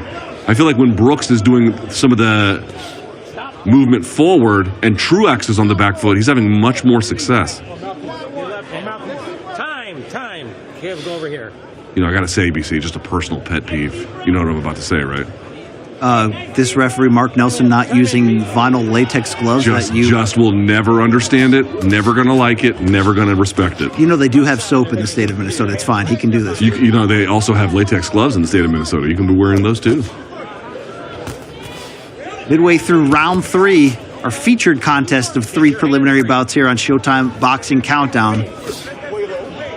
Round 1 seemed to be mostly Truax. Round 2, a nice bounce back, but we've seen some good two-way action here in the 3rd stanza. Again, I still think when you got the hand speed and the overall just athletic advantage in the way that Brooks does, putting a little distance between you two is better. But you got to make the older fighter work, exactly, especially after that long layoff. Fair enough, and also, great point, but also in this round, I'm seeing a little bit better from Brooks, matching him in the middle. In the first round, he was kind of looking a little bit overwhelmed.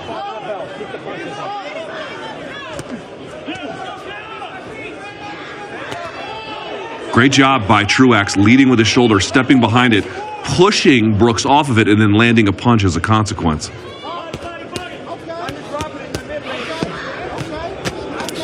Good combination punching from Brooks as Truax just stands in line and takes it. A lot of it didn't land. Some of it did, but I agree with you. That's better work from him. It kept Truax just kind of holding a defensive position, giving him some free offense ultimately. I can't tell, by the way, if Brooks is tired or if this is his natural way of just kind of hanging out a little bit. He look a little tired to you? Hey, he looks like the fresher fighter in this round overall. You're talking about Brooks for the most part. He's bringing the action to Truax. I guess sorry, I don't mean that. I mean the body language. Good right hand, by the way, from Truax. Scores. Interesting turn of events here. 3 rounds in the books of this 10-round feature, light heavyweight division.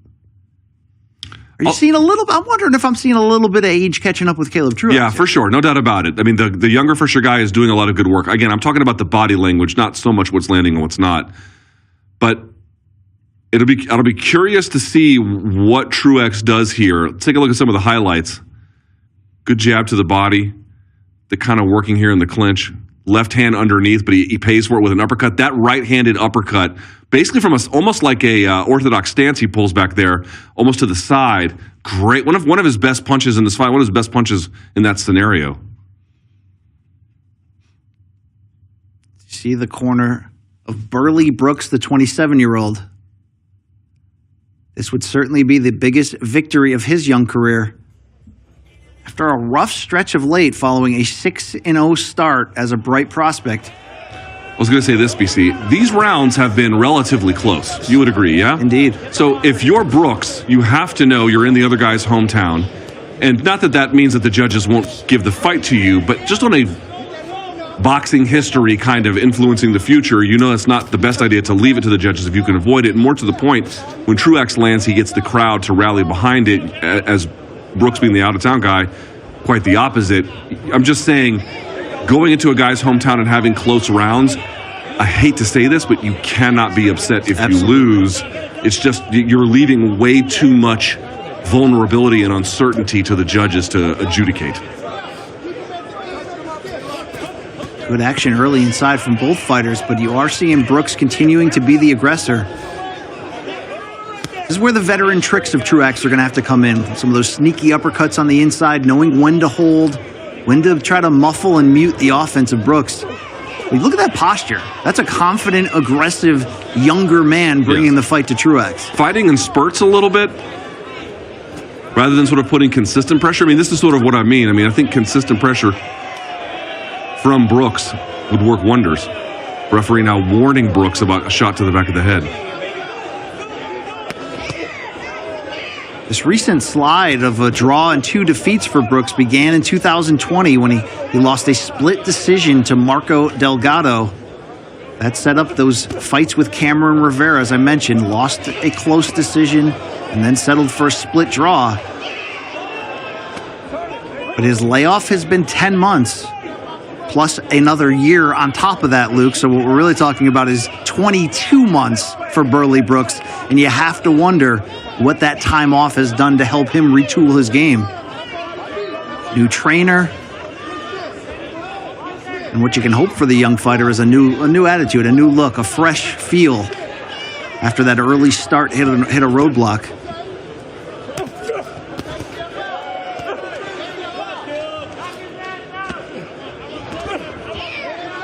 But it is rare when you can come off almost 2 years out, Luke, and be the more active fighter of the two, which is the case. Brooks has the advantage here over Truax, who has been idle for 29 months. You have to believe thinking about his options, how he wants to end it, as we talked about. Does he want to continue?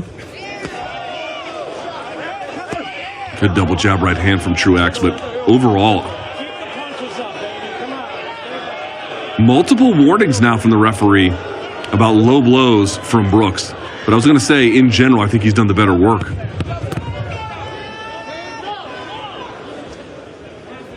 Final seconds here in round 4, light heavyweights. Another good round for Burley Brooks. He's been more active. He's certainly been the, body language-wise, the more confident fighter over the past 2 rounds. Does Caleb Truax have access to those other gears that he once did? I don't know. I'll also say for Brooks, better combination punching as well.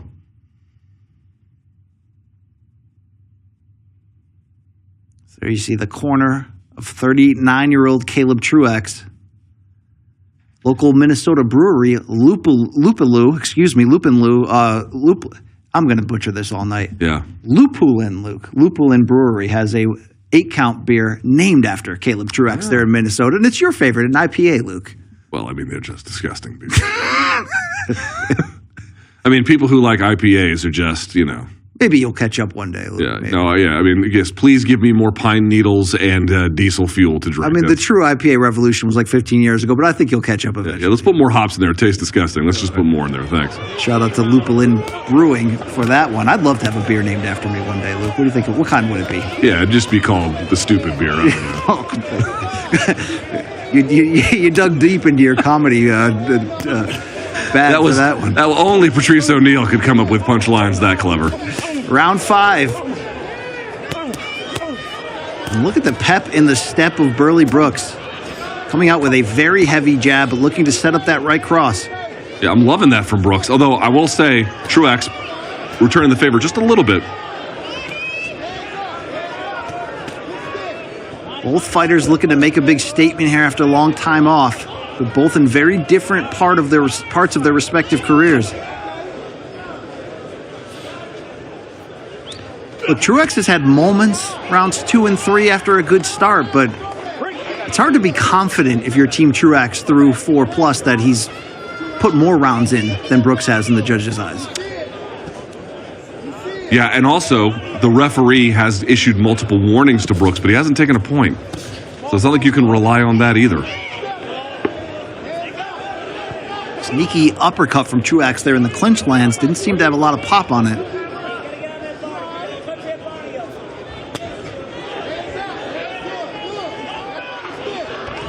See what Truax can do here on the offensive. He's got Brooks cornered against the ropes.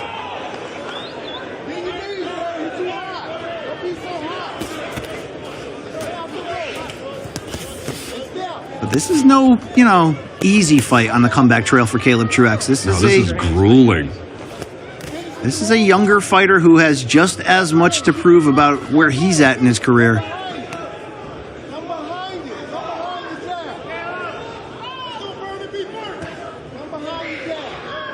Earlier in the fight, Brooks getting backed up really was costing him, in part because you saw Truax being able to close the distance, right? So he would go right hook and then left straight to the body or whatever, and then he would be able to close the distance. You've noticed that the jab, among some other things, but the jab of Brooks has really put a stop to a lot of that.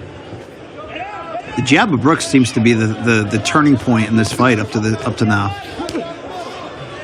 Good uppercut on the inside from Brooks. It's not that he's ever really put Caleb Truax in trouble. It's just that the volume, the intention behind the big jab is starting to slow the veteran fighter down. Yeah, it's not like he's rocked him or anything. He's landed some good shots, to be sure, but he's just, quite literally, outworking him. Yeah, and it's taking the starch little by little off of Truax. That's exactly right. Even though you see there he landed the counter right hand, did not sit down on that shot, looking just to touch Brooks.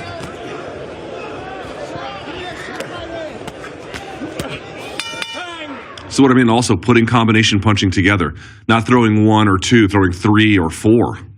Midway point in this 10-round featured bout at light heavyweight.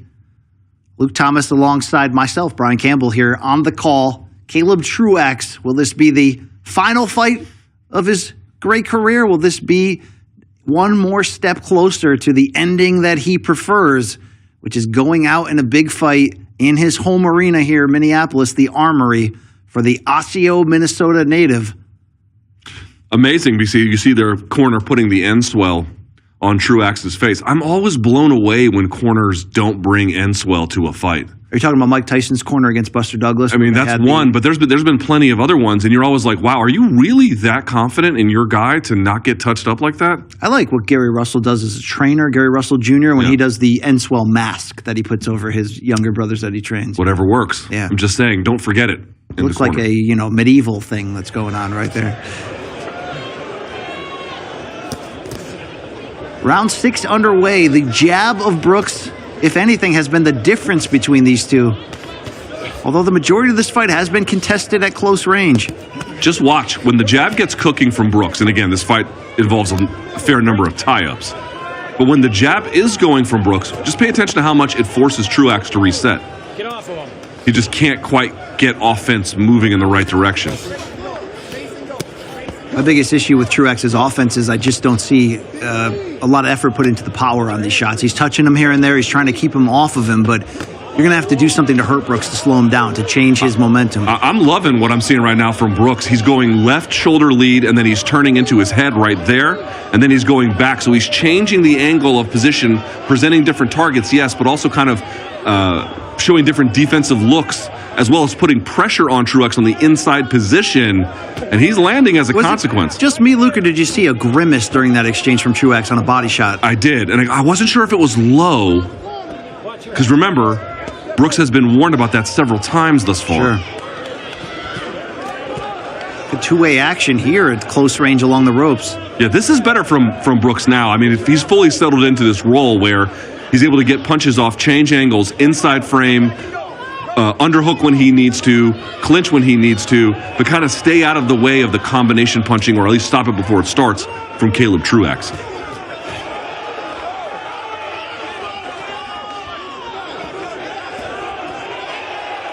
Here comes Truax with a right hand that lands.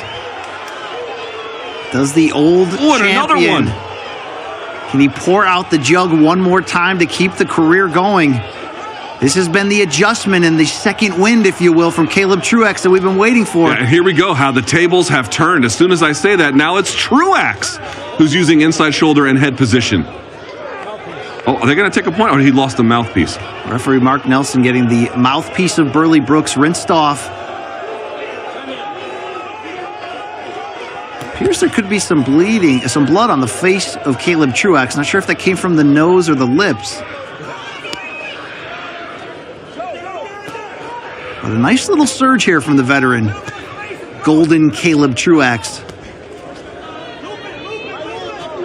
Some of this work from Brooks looks like it's busy work, but it just has this suppressive effect where you just, you're not getting hit necessarily with bombs, but you just can't quite get out of the defensive shield. Well, there was a bunch of clean combination punching from Brooks, who loses the mouthpiece I have to again. I have to say, BC, he's not been warned multiple times about low blows. He's also been warned, or not warned, but he's now had 2 times dropping the mouthpiece.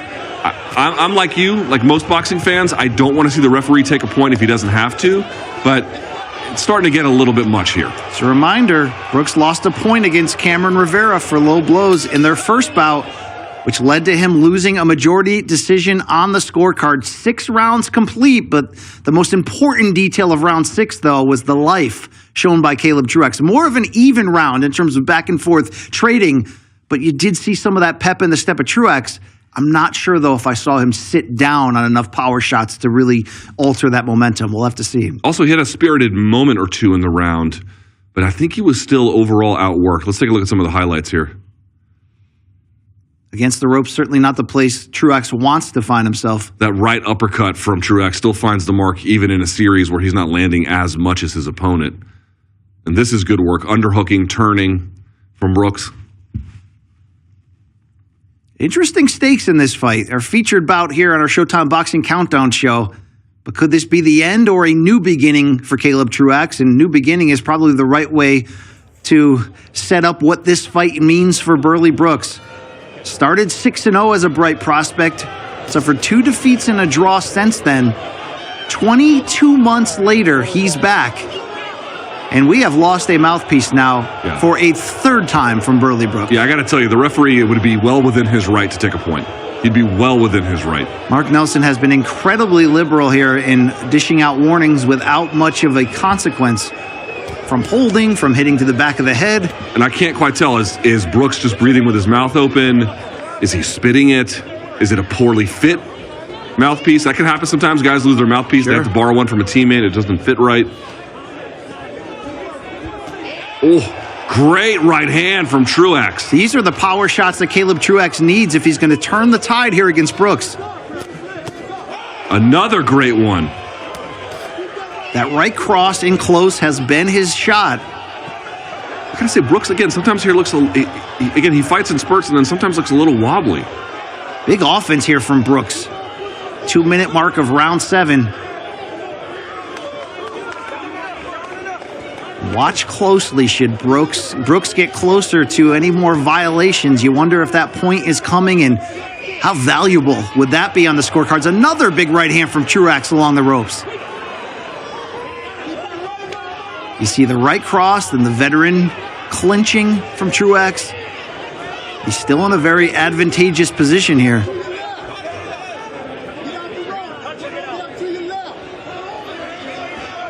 In a career that began all the way back in 2007 for Truax, who didn't come to the sport until his college years. Really has made a nice career for somebody who didn't grow up with a long amateur background. Was more of a team sport player, went to the University of Minnesota.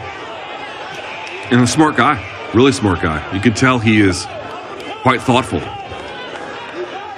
I mean, he's got an IPA named after him, Luke. You know, where I come from, that means something. I mean that's more disreputable than honorable, but nevertheless, he seems like a wonderful and smart man. Good bounce back here from Burley Brooks. You want to stay busy against an aging fighter. You want to go to the body to make him think twice about using all of what's left in the tank. And here's some big punching from Burley. Yeah, Burley, I mean, again, I also think I saw Truax look a little bit tired just about 10 seconds ago, 15.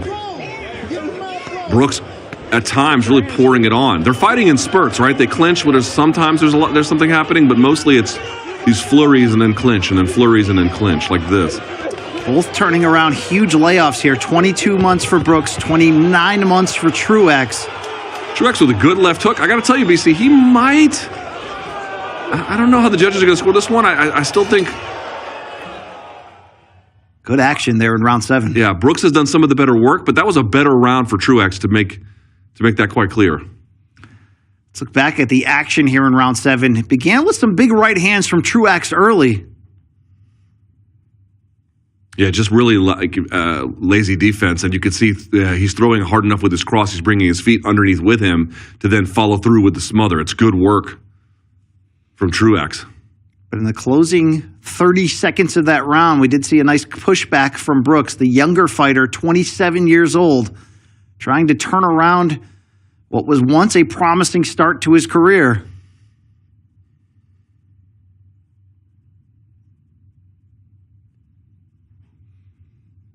Three rounds to go. Could that be 3 rounds left in the career of Caleb Truax? It might be. It might be. We shall see. Who had hinted at the possibility, the great possibility of retirement should he lose this fight. And let's see if the mouthpiece falls out or we get some more low blow warnings. I honestly believe that if it happens in either case one more time, the referee would not only be within his right to take a point, but should.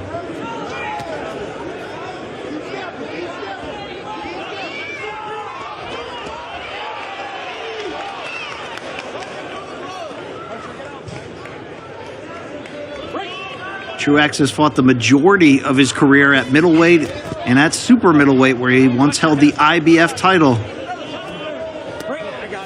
This is his 3rd move up to light heavyweight over his last 5 fights.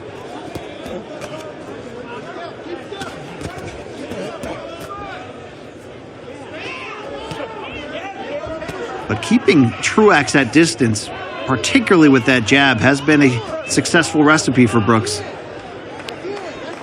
It's when Truax can catch Brooks, not sleeping, but resting, where he's been able to mix in. They almost take turns getting off flurries of punches. There's times where he's a little flat-footed and his guard is a little open, especially after he throws in a flurry and they don't clinch. Boy, both guys look like they're wearing it at this point, too. Grueling fight, BC. No question about it. Referee Mark Nelson has had his hands full with the constant clinching and mauling on the inside. This Minneapolis crowd has been wanting to blow up, to pop big for Caleb Truax. He's given them little flashes of the brilliance of old. He's also had a bite down on that mouthpiece a few times. Something Burley Brooks would be advised to do the rest of this fight after losing that said mouthpiece 3 times in about a 2-minute stretch.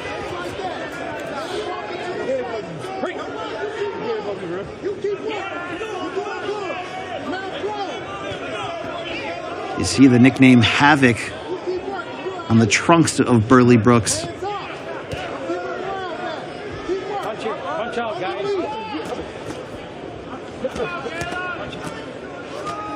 As you can see, just not a lot of zip left on Truax's shots. Does he have a few fastballs remaining?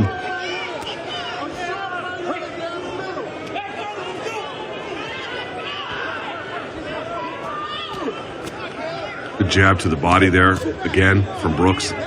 Those kinds of things are forcing resets. And it doesn't seem like much, but it really, over time, just changes the complexion of a fight when a fighter just cannot get going. He's testing the will of Caleb Truax, the former world champion. Final seconds of round 8.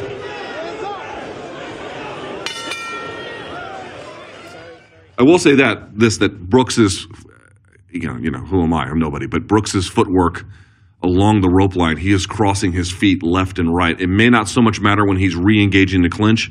He can get back to his stance, but against another fighter who is timing you on the outside, that will just get you chewed to pieces. It will get you chewed to absolute pieces. Even the great Jerwin Ennis in his last fight against Karan Darbedian, where he's going back foot first and then into the first one, he was getting timed, landing on his front foot, and, you know. You mean Karan Chukadze? Chukadze, excuse me, yes. Darbedian, not Chukadze, yes. What am I saying? In D.C. Yeah, the unbeaten welterweight Jerron Boots Ennis. And Ennis won by a wide margin. I'm just pointing out, even the great Jerron Ennis, when he was trying to close distance and landing heavily on the lead foot, it was causing problems for him. So, like, people kind of disregard it for a lot of reasons because it's difficult to attain. It takes time to work on. There are situations where it's not as relevant as others. As a general rule, though, when you see the feet crossing over like that on the rope line, problems will emerge later. You see the wide shot of the Armory in downtown Minneapolis. We mentioned they get there early and they are ready for action. 2 rounds to go, maybe, in the career of 39-year-old Caleb Truax. Can he pour out the jug one more time?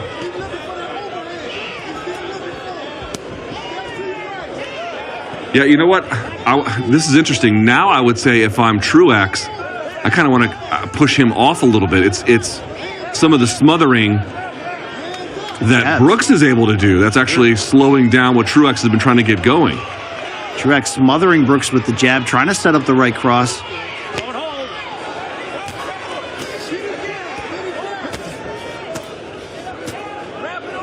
Truax said he would use experience to get the edge on Brooks, but it's been the jab, the youthful aggression of Burley Brooks that seems to have been the difference in this one, although there's been close enough pockets of action, close enough rounds that you never quite know. Again with the mouthpiece? The 4th time Burley Brooks has lost his mouthpiece, whether that's from fatigue or spitting it out. And there it is, the 1-point deduction from referee Mark Nelson. Why is this important? Let's take you back once again to when Brooks fought Cameron Rivera in 2021. Docked a point for a low blow in round 6. Led to a very close majority decision defeat on the cards. Would have been a draw. And they fought to a draw in their rematch in 2021, which was the last time we had seen Burley Brooks. Luke, for the better work it has appeared that he's done against the hometown fighter in Truax, that could be a crushing turn of events, this one single point. I still think he should win. I have not been judging it in that way where I'm going round by round. I'm sort of just doing the Brian Campbell special, just vibes, you know? It's just feelings. But in all seriousness, these rounds are kind of close. They are hard to judge. You are in another guy's hometown, and you're getting now deducted points. Also, it's just undisciplined. It's just undisciplined to not have a mouthpiece that fits, to keep making the fight get stalled out as a consequence. Good punching here from Brooks as he has Truax pinned against the ropes. You'd like to see some urgency from the veteran Truax, knowing that with that point deduction, you can make this a 10-8 round if you can outwork the younger fighter. How much does Golden Caleb Truax have left? Enough to punch and hold, Luke. Doesn't seem to be enough to put together sustained flurries of punches. He scores with that famous right uppercut, but it's just not doing enough to discipline Brooks. Change what he's doing, force him to retreat.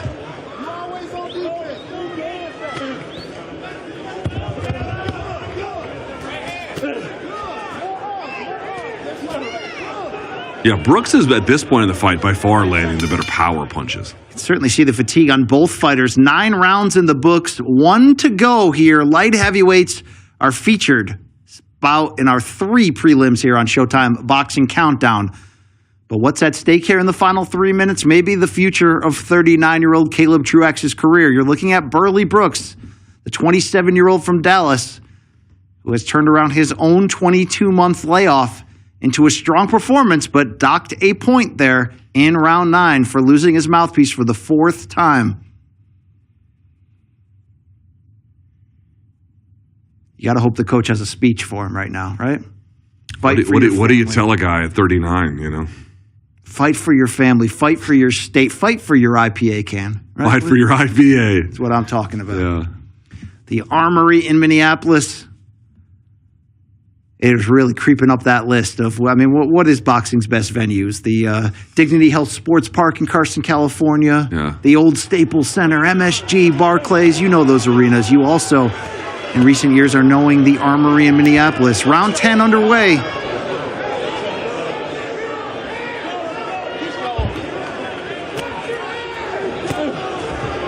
If Caleb Truax is going to empty it, now is the time.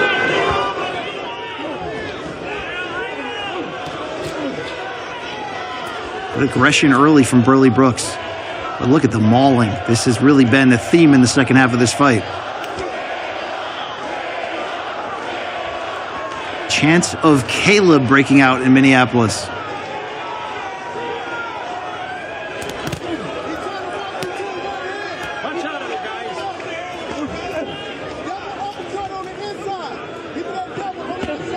Yeah, it looks like to me Brooks is in full control at this point, doubling up on his hooks to the body, initiating underhooks, pushing off on frames.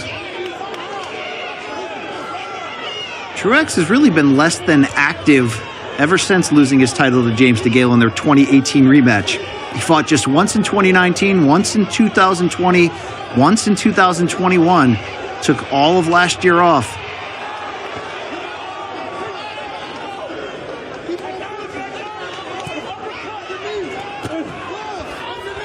Truax has meant a lot to the identity of modern boxing in the state of Minnesota. Big right hand from Brooks, though, backs him up.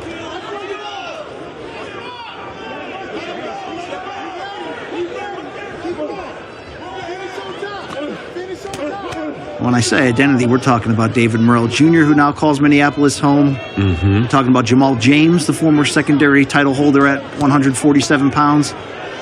Has put on plenty of fun fights inside this Armory.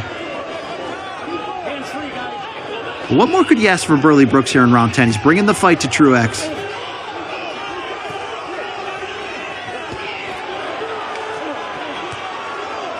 Truax is trying to find his moments. He's kind of waiting for the storm to settle, push off on the clinch, and then find some kind of opening. But he looks like he is cooked.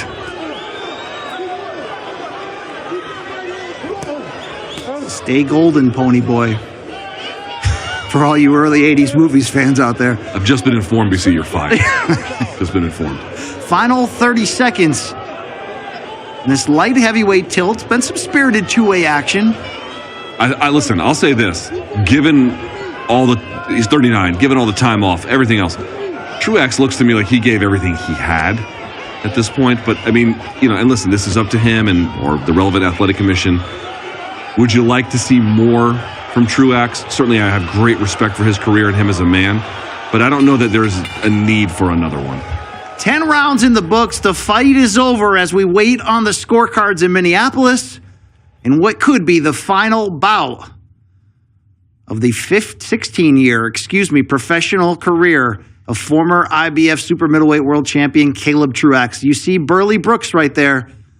He gets the nod on my scorecard here despite getting a point taken away in round 9 for losing his mouthpiece for the 4th time. But did Truax do enough in a bunch of the rounds in which he had second half comebacks? I don't think so. We might have to see a heck of a disputive decision for Golden Caleb Truax to carry on. But it's not up to us. It's up to those 3 judges seated at ringside. You can see the grimace there of pain from Truax. It couldn't have been the performance he expected here trying to set the stage for an exit on his own terms. But Luke, to be fair, in combat sports, rarely do you get that kind of exit. It is so difficult to engineer the kind of exit that you want for yourself. Only the very luckiest and the very, very best are really able to do it in any kind of consistent or even good way. And even some of them can't do it right, to be quite honest. Who authored the ending of their career better than Floyd Mayweather? And he's still out there getting involved in different situations. I won't say it's as good, but Andre Ward obviously had a great timing on his exit as well. But I mean, you get the idea. Like these are the kinds there with the Showtime doc. That's right. SOG, the Book of War. That's right. So you see what I'm saying? Like it takes something like that. Here, I think also Truax looked to me like he was probably in good shape and ready for this opportunity, but just a frustrating way to fight when you're constantly smothering and pulling underhooks and trying to fire in tight spaces like that. It's just real difficult. Brooks wasn't perfect, but he used his youth. He used his jab. He turned around his own 22-month layoff. And let's hear from Miguel Flores shortly with the decision as we check a quick replay on the final round action. Good kind of swivel jab there from Truax. Gentlemen, after 10 rounds of boxing, we go to the judges' scorecards. Judge Brian Cosgrove sees it 98-91. And judges Raymundo Perez and Ludi Webster both see it 96-93. All three judges in agreement for your winner by unanimous decision, Burley Havoc Brooks. You hear the boos from the visitor, Burley Brooks of Dallas, Texas. But Luke, separate from the Caleb Truax story, which you may be seeing it play out in front of you for the final time, that's a nice bounce-back win for a former bright young prospect in Brooks who took 22 months off following a 3-fight winless streak and then went out there and clearly beat a former world champion. Yeah, no doubt about it. He did the better work overall. He was busier.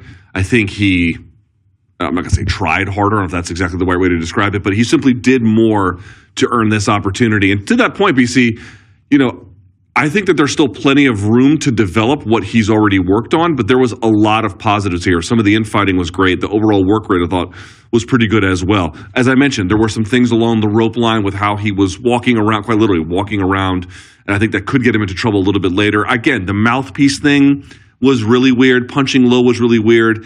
Paid for it, but not dearly. Some things to work on for him as well. So definitely good as a resume booster to have this win under his belt now over Caleb Truax in his hometown in what could be his retirement fight. But also, on the same side, Brooks has plenty to work on as he moves forward in his career as well. And that'll wrap up our 3-fight preliminary set of action here on Showtime Boxing Countdown. But we continue to set the stage for the start of tonight's Showtime Championship Boxing Tripleheader, 9 p.m. on the East Coast, 6 p.m. Pacific, and of course, Carlos Adames versus Julian J. Rock Williams for that interim WBC middleweight title in the main event. You can, of course, catch this card this evening on Showtime. And if you don't have Showtime, now would be a great time to get on board. You can get a 7-day free trial of Showtime with Paramount Plus right now. Then $11.99 per month after that. You can go to ParamountPlus.com/Showtime bundle. Luke, let's reset here at the top of this triple header coming your way shortly on Showtime. Adames versus Williams in the main event. I do want to throw to some video here from the face-off because the storylines here have been about, is this Carlos Adames' ascension to the top of the middleweight division and the uncertainty of WBC champion Jermall Charlo's future? Or is this all about J. Rock Williams authoring yet another comeback? If the press conference Wednesday, Luke, was any indication, J. Rock's words were confident and direct. Adames is no boogeyman. I'm not afraid of him. And look at the stare down between. I don't know if that does anything for you. It gets me fired the heck up. I love it. I love how J. Rock is wearing his own shirt. But more to the point, this is what tonight is going to answer: is how many reinventions can you have? Right? How many rebounds, how many big nights back, so to speak, can you have? Because the night he had against Jarrett Hurd, after, of course, what happened to him against Charlo, J-Rock had a monster night. And you have to remember, everyone counted him out. For sure. People did not think he was going to win. Again, that was Jarrett Hurd accepting it in his hometown. Like this was going to be his big grand arrival moment for being sort of a DC or Maryland guy anyway. And J-Rock took it from him fair and square, too. There could really be no debate about that in the end.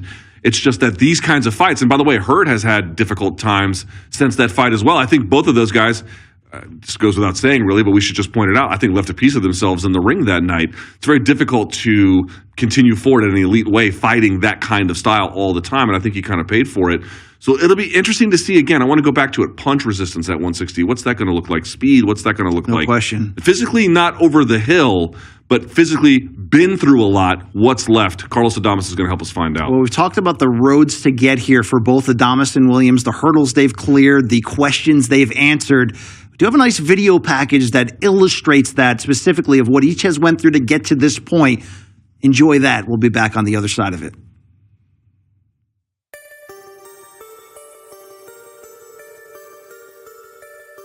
Fue muy doloroso para mí.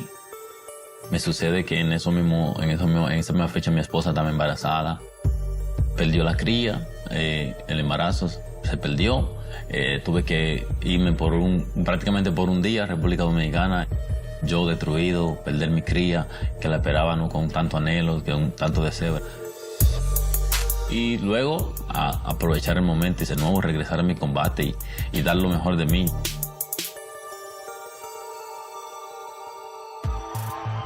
Adames told us he's never been hungrier, and he is planning on knocking out Macias Montiel.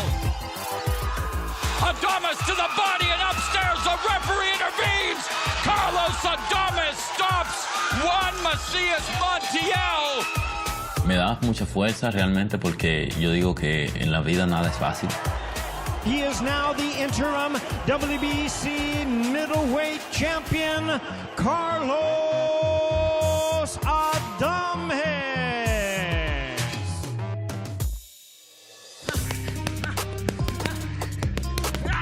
Let's go, baby. Let's go, baby. La vida va a venir llena de sorpresas. Para mí eso fue una sorpresa. Entonces yo estaba bien disciplinado y sigo bien disciplinado. Entonces pienso que van a venir grandes cosas para mí. Better be ready, J-Rock. Better be ready. We coming. We're coming.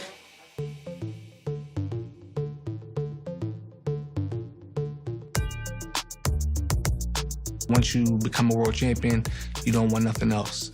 That's how I feel. I'd rather I got shot and then lost my title. Rosario, big uppercut, left hook, down he goes, and we have a new world champion. And when I came back, I was a little bit rustier than I thought. The winner, Vladimir 24K Hernandez. But everything not gonna be all peaches and cream. Sometimes you gotta keep going. When it feels like it's really hard, that's when you gotta push the hardest and keep going. Make sure you do something defensive though, Joel, because they're gonna come right back. It taught me to be patient. Because I won the titles in 19 and lost them right in the beginning of 20. And I've been grinding ever since. We got it, we got it, we got it, we got it, we got it. So it forced me to be more patient. Julian Williams victorious. His first win since May of 2019. That I persevered through all the naysayers and he can't do this and he can't do that. And I proved them wrong and shut them up. Quick right hand, my man. Getting my hand raised and being the new WBC interim champion. That's all I've really been thinking about. That's all I've really been dreaming about. I've been working towards it. I'm gonna go get it. Sé que fue doble vez campeón del mundo. O sea, pienso que es un rival digno, es un rival de compromiso, un rival que va a ser una pelea bastante interesante conmigo. Y esa noche ganará el mejor.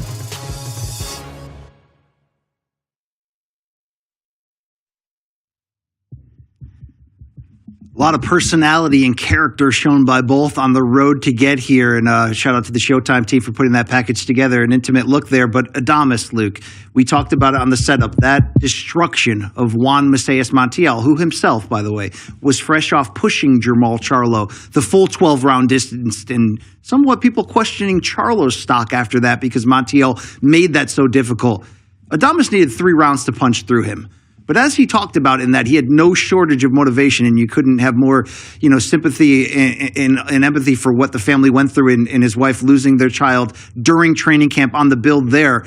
But Luke, you saw what that emotional response was inside the ring. That Adames knockout was, in a lot of ways, a message to the middleweight division. He called out Jermall Charlo afterwards that, I'm here, I'm coming. A lot of people saying, is that fighting style the new Adames? That southpaw headhunting, exciting, pivoting, swiveling, sort of aggressive nature. You can understand that in a one-night scenario, although obviously Adames has never been considered a boring fighter. He had more than enough emotion to let out in that response. Do we think that'll be a continuation, though, in the type of fighter he will be tonight against Julian Williams? Aggressive at all turns. I don't think at first. I think you saw him say it there. We're talking about a two-time world champion. This is not some guy who was wet behind the ears, even though this might be a new weight class. I think some folks might say, yeah, take the fight to him right away. Maybe he will. I suppose that's possible. I tend to think he might take his time a little bit more up front. But if Adames smells blood or begins to move downhill on him, I don't think there's going to be any mercy at all. I think he'll begin to really, really push the pace. I mean, what would be a greater... Yes, of course, beating J-Rock would be important, and defending this interim strap is important, everything else. But what a message it would send if you could put a guy like that away. Again, easier said than done, to be quite clear about it. I'm just pointing out, I think that folks are asking, is that a new style or whatnot? I actually feel like it's not a new style, what he's doing, BC. I feel like it's more the crystallization of his style in this rebound. He's understanding what weapons he likes to use. He's understanding in a more refined way when to throw them, what to look for, how to use them, how to be more judicious yet more effective at the same time. It takes time for some of these guys to really put the pieces of their game together, both up here and here. And it just seems to me that last fight, of course, the Derevyanchenko fight in a different way, but he was sniping him at range with some of those interesting punches as well. I think you might see more of that, let's say, after rounds 3 and 4, when he really begins to cook. Yeah. Again, if he's doing well. 4-0 with 3 knockouts since the loss in Adames' only title shot before this, which was for the 154-pound title against Patrick Teixeira in 2019. The comeback. Now he's got the interim strap. Will that one day become the full strap if Jermall Charlo officially moves up, your current WBC middleweight champion? More to be seen in the future on that. Adames, no shortage of confidence coming in. But Luke, as we teed up earlier in between our preliminary bouts, it feels like a renewed J-Rock, at least visually, audibly. I'll never discount or count out a trainer like Stephen Breadman Edwards, who is one of the best, sort of pundits on Twitter or on podcasts, but also just a sharp mind behind the scenes. They have a big time game plan that they have cooked up to be able to diminish what Carlos Adames brings. But how much should we put into action the fear or the concern about if J-Rock could be this sharp? About, sometimes a guy moves up in weight, not having to make that hard weight cut can free them, can allow them to blossom in that regard. At 33, we are asking big questions about Julian Williams tonight. I also feel like it's a good opponent in the sense that he is not going to, it's not like Isaac Cruz in his face or something. I don't mean that. But Adames, I think, is going to tell us a lot about J-Rock tonight by virtue of the fact that I do think he's going to be testing him. He's going to be landing on him. What does the punch resistance look like? What does the punching do to him mentally? Does it rattle him? Does it not? Again, we're not talking about a guy who's inexperienced, but up a weight class, given some of his concerns and the other things he's up against. What will that do? Now, BC, you're kind of asking physically, what about beyond that, right? If you're not drained from that weight cut, what does that do for you? Well, one, it's supposed to change your punch resistance. And two, of course, it's supposed to make you a little bit, not just in terms of the brain having less damage from the weight cut itself, but also just bigger heft. You can tolerate more damage overall. I think that's true. Here's my question. In the Mancilla fight, what we saw was a guy who was technically superior to his opponent, but didn't have exactly the same physical zip and pop, not pivoting really quickly, not getting combinations and changing angles very fast. It was a little bit more labored. Again, was that the extra weight at being at 160, trying it out, seeing how it felt? We don't know. We don't know if that was a prelude. We don't know if that was a minor detour. That remains to be unseen. But BC, you're asking, what is the boxing public talking about? That's what they're talking about. I think that there might be some confidence about his punch resistance and some concerns as well. I should be honest about that too. But rather, even if that's not necessarily the dominant factor, some of the things I have heard people raise are, okay, but can he physically move with the same kind of swiftness, with the same kind of purpose and urgency and speed that he did at 154 at his peak? It remains to be seen. It remains to be seen. One thing about J-Rock is he's always been a heady fighter, a smart fighter who can, not an overly dominant puncher, not naturally overly slick fighter, but mixes both together so well, and the ability to box and punch in rhythm, in flow, and carry out a smart game plan. He's certainly going to have his hands full in this main event against Carlos Adames, but it is a triple header tonight on Showtime Championship Boxing. And let's talk about this co-feature. 10 rounds in the 154-pound division. And the return of Erickson Lubin, the Hammer, was always a bright young prospect. Rebounded nicely from the one-punch knockout loss to Jermell Charlo to put together a win streak. But the last time we saw him was in April of 2022 at the War Grounds Dignity Health Sports Park in Carson, California, when him and Sebastian Fundora delivered arguably the fight of the year last year, in which they traded knockdowns, but ultimately, as the face of Erickson Lubin was turned, you hate to say it, into hamburger by Fundora. It was a breakthrough win for Sebastian Fundora. For Lubin, another sort of step back at the highest level. Still 27 years old for the Orlando, Florida native. Long layoff of 14 months. He'll be coming in there against a guy we know well in Luis Cuba Arias, who has split wins and losses in his last 4 fights, but can pull the upset on big names. Did that to Jarrett Swift-Hurd to stall his comeback. Has been in the ring with very high-level competition, the Danny Jacobs, guys like that. How do you sort of look at this matchup from a distance? The storyline's about, can Lubin bounce back? But we shouldn't sleep on Arias either. We shouldn't. Jarrett Hurd, I think, may have been looking past him, and he paid for it. We were there. Was that the Mayweather-Paul? Logan Paul, yeah. Well, yeah, the Paul card.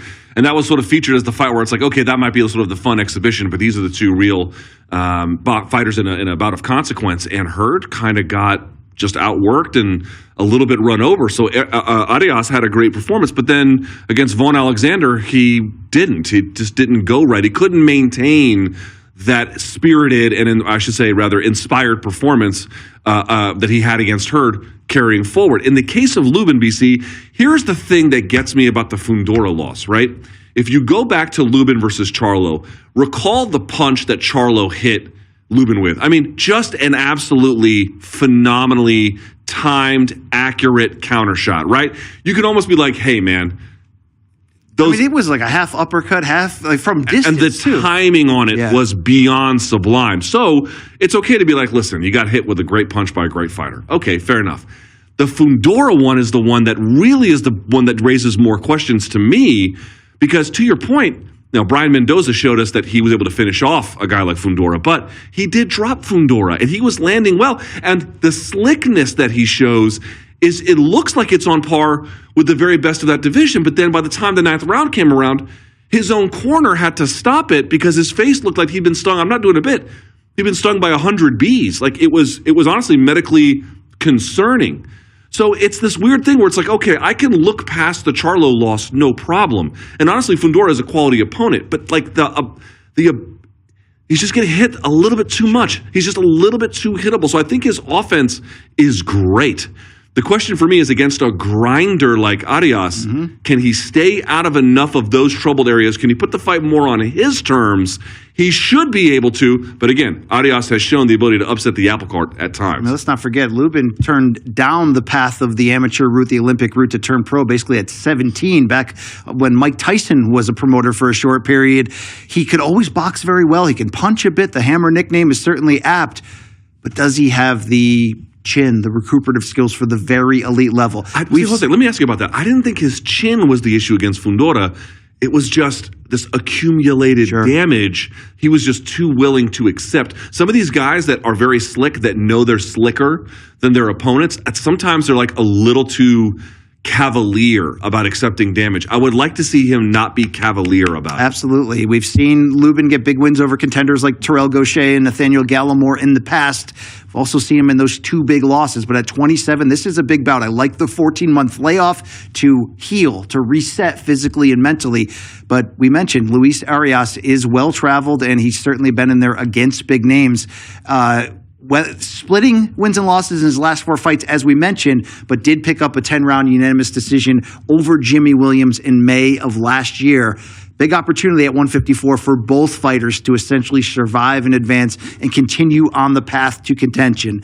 Luke, in our opener of tonight's triple header, very interesting junior bantamweight title bout here, as Fernando Martinez, 15-0 from Argentina. We know him well from the back-to-back upsets in 2022, in which he made his name. This was his U.S. debut, both fights, and he scored upset decision wins in both against Jerwin and Ancajas, who had defended his 115-pound title 9 consecutive times leading in there. Now, we have Fernando Martinez facing the stablemate of Ancajas in Jade Bornea, the Filipino slugger, who has been able to use Ancajas, who we saw get a victory on the undercard tonight, as a sparring partner, switching stances to mimic Martinez's natural orthodox stance. Fernando Martinez felt like a little bit of a revelation in those 2 wins against Ancajas. The passion he showed, the aggressiveness, not a big puncher, but he does like to get inside on you and let your hands go. Style-wise, Luke, the aggressive, more pure element of Martinez pushing the pace against the power of Jade Bornea, who has 12 knockouts in 18 fights. This could be interesting. I mean, it's got that almost pro wrestling feel of the guy in the corner who lost to the other guy who's trying to motivate him. I mean, Bornea this week has basically said, I'm dedicating this fight to Ancajas. Yeah, it's amazing. And also, like, Fernando Martinez now, Argentine versus a Filipino. It's the same kind of thing. He's been setting up for it every time. It's been pretty great for us, so we're lucky here. But it's the point you raised. In the case of Fernando, just a dynamic guy in terms of his overall volume and in your face. And he's got this real flair for the dramatic. You go back to the Ancajas fights, BC, he had for the Albiceleste, he's from Argentina, so he had the white in his hair and he had the blue in his hair, and he's got this verve and really is a bit of a showman, not a super dynamic puncher at 115 pounds, but a dynamic athlete, certainly a dynamic work rate. And that is, it turns out to be overwhelming. By the way, 2 undefeated fighters here in this particular case, so someone's must go here in this opener. So I love this contrast. Again, it's not too dissimilar from the Ancajas fight, BC, in the sense that it's a high work rate versus a guy who's got a little bit more thump to him. We'll see how it goes, but the gentleman from Argentina, Fernando, he is a tough opponent, despite whatever he might lack in the power punching department. Who could forget after beating Ancajas when Fernando Martinez in the interview with Jim Cray on Showtime said, hold on, Jim, I want to thank a bunch of people, and pulled out a full extended list. It looked like Chris Jericho back in the pro wrestling WCW sending some producer in the back running to change the camera. But a very proud, passionate man, promoted by Marcos Maidana's Chino Promotions. And here's a great quote from Fernando Martinez talking about Jade Bornea's challenge. It's not going to be easy for him. It's going to be life or death if you want to beat me. You're going to have to kill yourself inside the ring to get that belt. And while we're certainly sensitive on the idea of talking so nonchalant about ring deaths, that shows you the intensity that Fernando Martinez is bringing, that he knows he's got a big puncher, a young guy against him, but he's not going to back down under any circumstance. No, that's not who these guys are. That's just not the way they're built. They're not opening this card because that's who they are. In fact, they're opening this card because it's the exact opposite. That one, by the way, could be interesting if the punch count is relatively similar. Or what I'm pointing out is when you get guys who have this, there's 2 ways judges get confused, right? When there's not enough volume and when there's too much volume. They can actually get confused in both circumstances. So I'll be curious to see what kind of gap exists between Martinez and Bornea in terms of what the overall volume looks like. Bornea, 28 years old, from General Santos City in the Philippines. His nickname is Hurricane. We know all the time of the young fighters coming up under MP Promotions, and they're in some ways all Manny Pacquiao clones in some degree in terms of the respect that they show to the legend and the style that they bring. But we talked about Bornea wanting revenge for his teammate. He was asked this week if Ancajas gave him any advice, and he said Jerwin told him, take care of your head and to not be cornered. So keep that defense up high. Watch the pressure of Martinez coming at him. Look, it's been a nice build for Bornea to get to this title level. He did have a nice amateur career. He beat future unified world champion at 122, Murajan Akhmadaliev, in the amateur scene, along with future champion Kosei Tanaka. So experienced and traveled to get to this point is the young puncher Jade Bornea, whose twin brother Jake, by the way, also a pro fighter. That's your triple header tonight on Showtime Championship Boxing, and a good one. But Luke Thomas, it's not the only action we should be looking forward to coming up on the Showtime Boxing and Showtime pay-per-view extended calendars. And let's talk about just a few weeks from now. Of course, it's Adames and Williams tonight for the interim middleweight title in the WBC. July 8th, though, one of the rising stars of the welterweight division and the entire sport, Jaron Boots Ennis, unbeaten, looking to crash the larger title picture, which is currently log-jammed, if you will, with Spence and Crawford owning all 4 world titles. But the good news is they're facing each other this calendar year. But how about the challenge of Royman Villa? I got to call his U.S. debut on Showbox. He looked the part, tattoos on the neck, big puncture, almost modeled after like a young Marcos Maidana. But when he upset Speedy Rashidi Ellis on the Tank Davis Hector Garcia pay-per-view earlier this year in January, that was an interesting announcement for this division that there's a new player. Yeah, they were both on that Tank Davis card in D.C., and I love this fight because, again, Ennis beat Chukadzian, but there were some questions about like whether he should have been able to put him away, and he didn't. So, like, let's see what happens against a dude in Royman Villa who, oh my God, I mean, he got outboxed pretty thoroughly early against Speedy Rashidi Ellis and then just stormed back, got the crowd on his side as well, by the way. Cannot wait for Atlantic City, July 8th. 1 week later, rising unbeaten lightweight, and really, you talk about 135, 140, some of the most fun divisions in terms of young stars on the rise. Frank Martin, he's coming on. Artem Hartunian is his opponent. Did I nail the Armenian? Hartunian. Thank you very much. Luke Thomas, Derek James trained Frank Martin. Boy, did he come on last year. He's got some of the best. He's got maybe the best pull-two counter in the game. I absolutely love Frank Martin because he's a physical beast, and yet you can tell he takes pride in being as technically proficient as he possibly can be. It matters to him, and it elevates his overall game. And oh, by the way, he can punch too. Yeah, count me in on the Frank Martin hype train. I'm driving it. If he can pass this next chance. We're all looking ahead, though, to the big one on the horizon. Las Vegas, July 29th, Showtime pay-per-view, T-Mobile Arena. I don't know, 4 or 5 years in the making. Guess what? It still matters for welterweight supremacy, for the pound-for-pound #1 spot in the sport. Let's just say it, BC. It's the most important fight in boxing. It is. And you're talking about who's the welterweight of the post-Mayweather-Pacquiao era. It's unbeaten Errol Spence Jr. against unbeaten fellow champion Terrence Crawford, all 4 world titles at stake. You and I had the privilege, the benefit of hosting the 2-date LA and New York City press conferences. We did Times Square in New York City in person. The fan in me, seeing not just the respect between these two welterweights, but when that respect turns into sort of cocky competitiveness of, you know what, I'm not just going to win this fight. I'm not just going to prove that I'm the man of this era. I'm going to go through you to get there. When that friendliness turned into intensity, the fan in me was like, where do I sign up? How can I buy the pay-per-view now, please? Like, where do I do this? Yeah, I mean, it's going to be either a fish fry or smoking on some bud. I don't know. One of the two. That's what they were saying the whole time. But either way, this is what I love about the bout. I saw actually Zab Judah speaking about this, and he was saying, he's right. He was like, here's what's so great about this fight. You can talk yourself into going one way at one point. Then you could talk yourself into going another one. And then you could count on another sort of thing that might be relevant in the fight, and then it switches your pick, and you can go back and forth because they are so closely matched. And yes, as BC indicated, and we just told you, it's the most important fight in boxing, but even if it wasn't, the style contrast between them sets up a fight. I mean, if you are into the science of the sweet science, boy, do I have some good news for you. And also, I think if you're into some of the rock'em sock'em side of it, I think you're going to get that as well. It's what we look, at least on paper, because who knows what the fight will look like in real time. But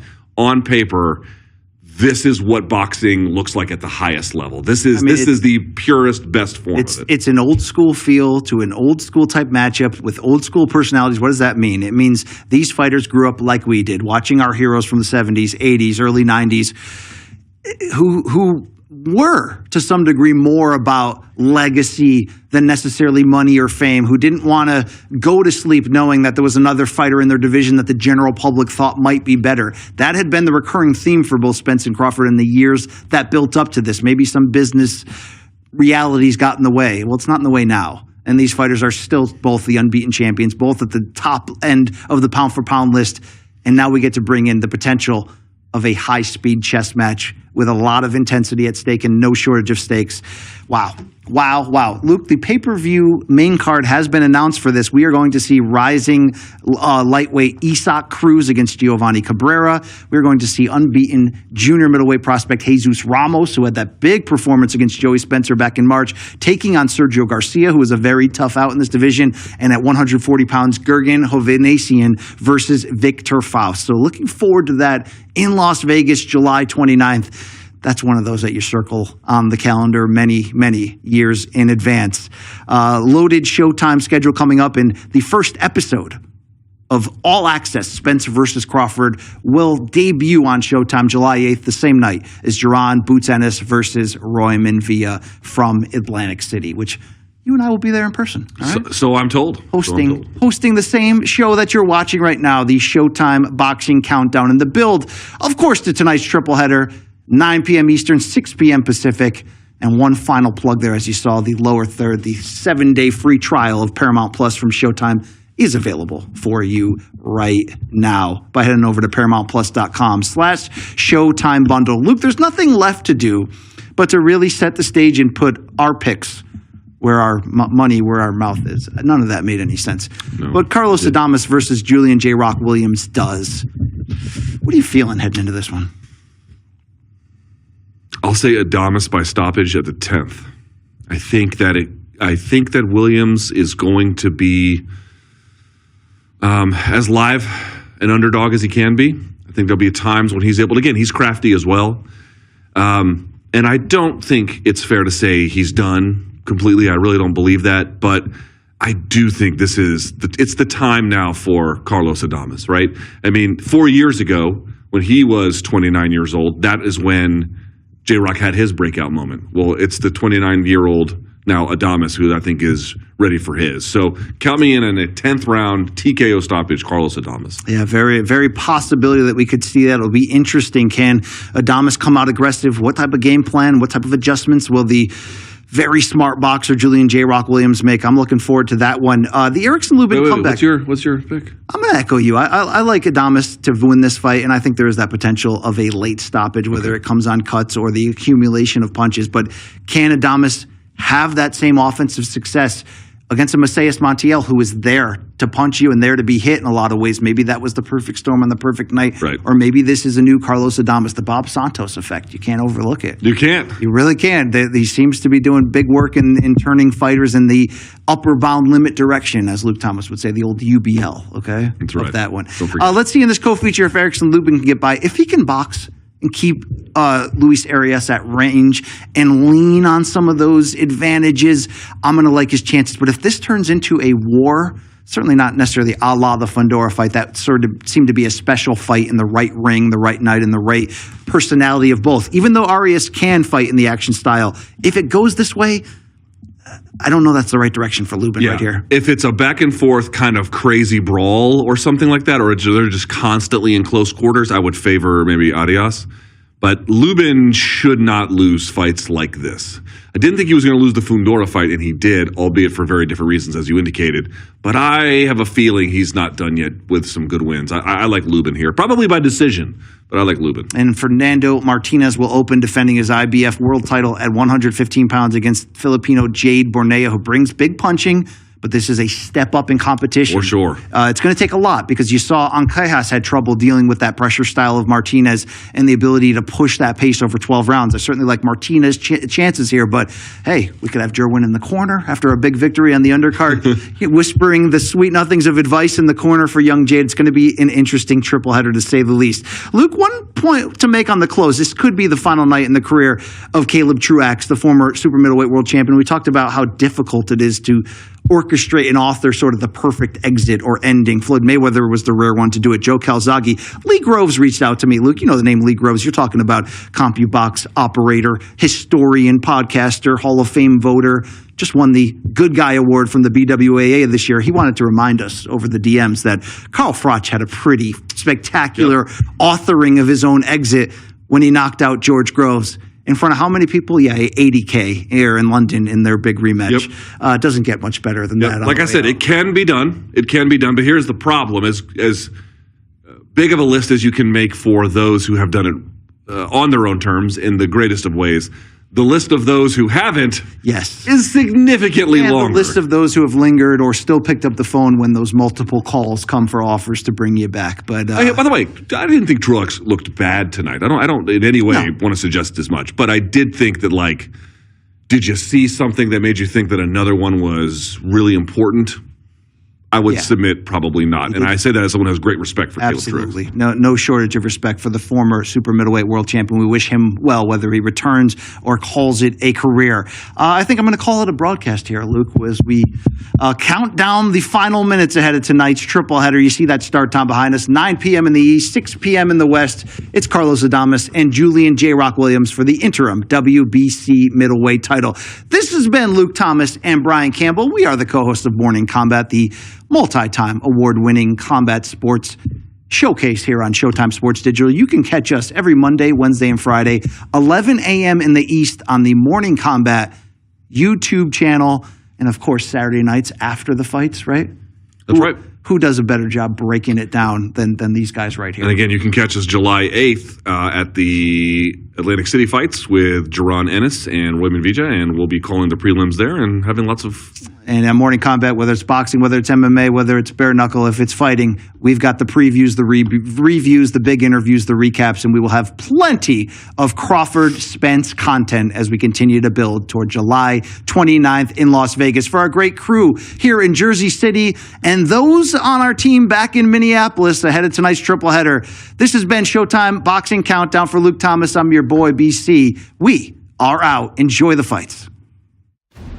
Carlos Adames, 22-1, 77% knockout percentage, but he's taking on Julian J. Rock Williams. He said the most feared man in the division. Who fear him? He just hit the scene last year. Williams is bait on a hook, ready to be devoured by the big fish. If I said that I'm superior to him, it's because I mean it. I'm locked in. I know what he is. I ain't telling him. He's gonna show up in the fight. And I'm gonna tell you what, I'm a man, bro. You can't scare me, you're not scaring me, I'm a man. I want the people to know that I'm going to bring my best and that Julian Williams has no idea what he's getting into on Saturday night. I watched tape on him. He's not unbeatable. He's not no boogeyman. One heck of a night of boxing. It's a triple header of fights. Ladies and gentlemen, a very good afternoon. The official weigh-in, our co-main event, Luis Arias, 155 3/4 pounds. Erickson Lubin, 156.5 pounds. Our main event, Julian J. Rock Williams, 159.25 pounds. 159.5 pounds for Carlos Adames Jr. Don't miss the action. 12 rounds of boxing. Carlos Adames Jr. versus Julian J. Rock Williams. Live on Showtime. Middleweight champ Carlos Adames makes his first title defense. Adames exploding. He caught him with the left hook, and he's hurt. Against former 3-belt title holder Julian J. Rock Williams. You wanted the best. You got the best. Adames to the body and upstairs. Two top fighters from boxing's deepest division go toe-to-toe.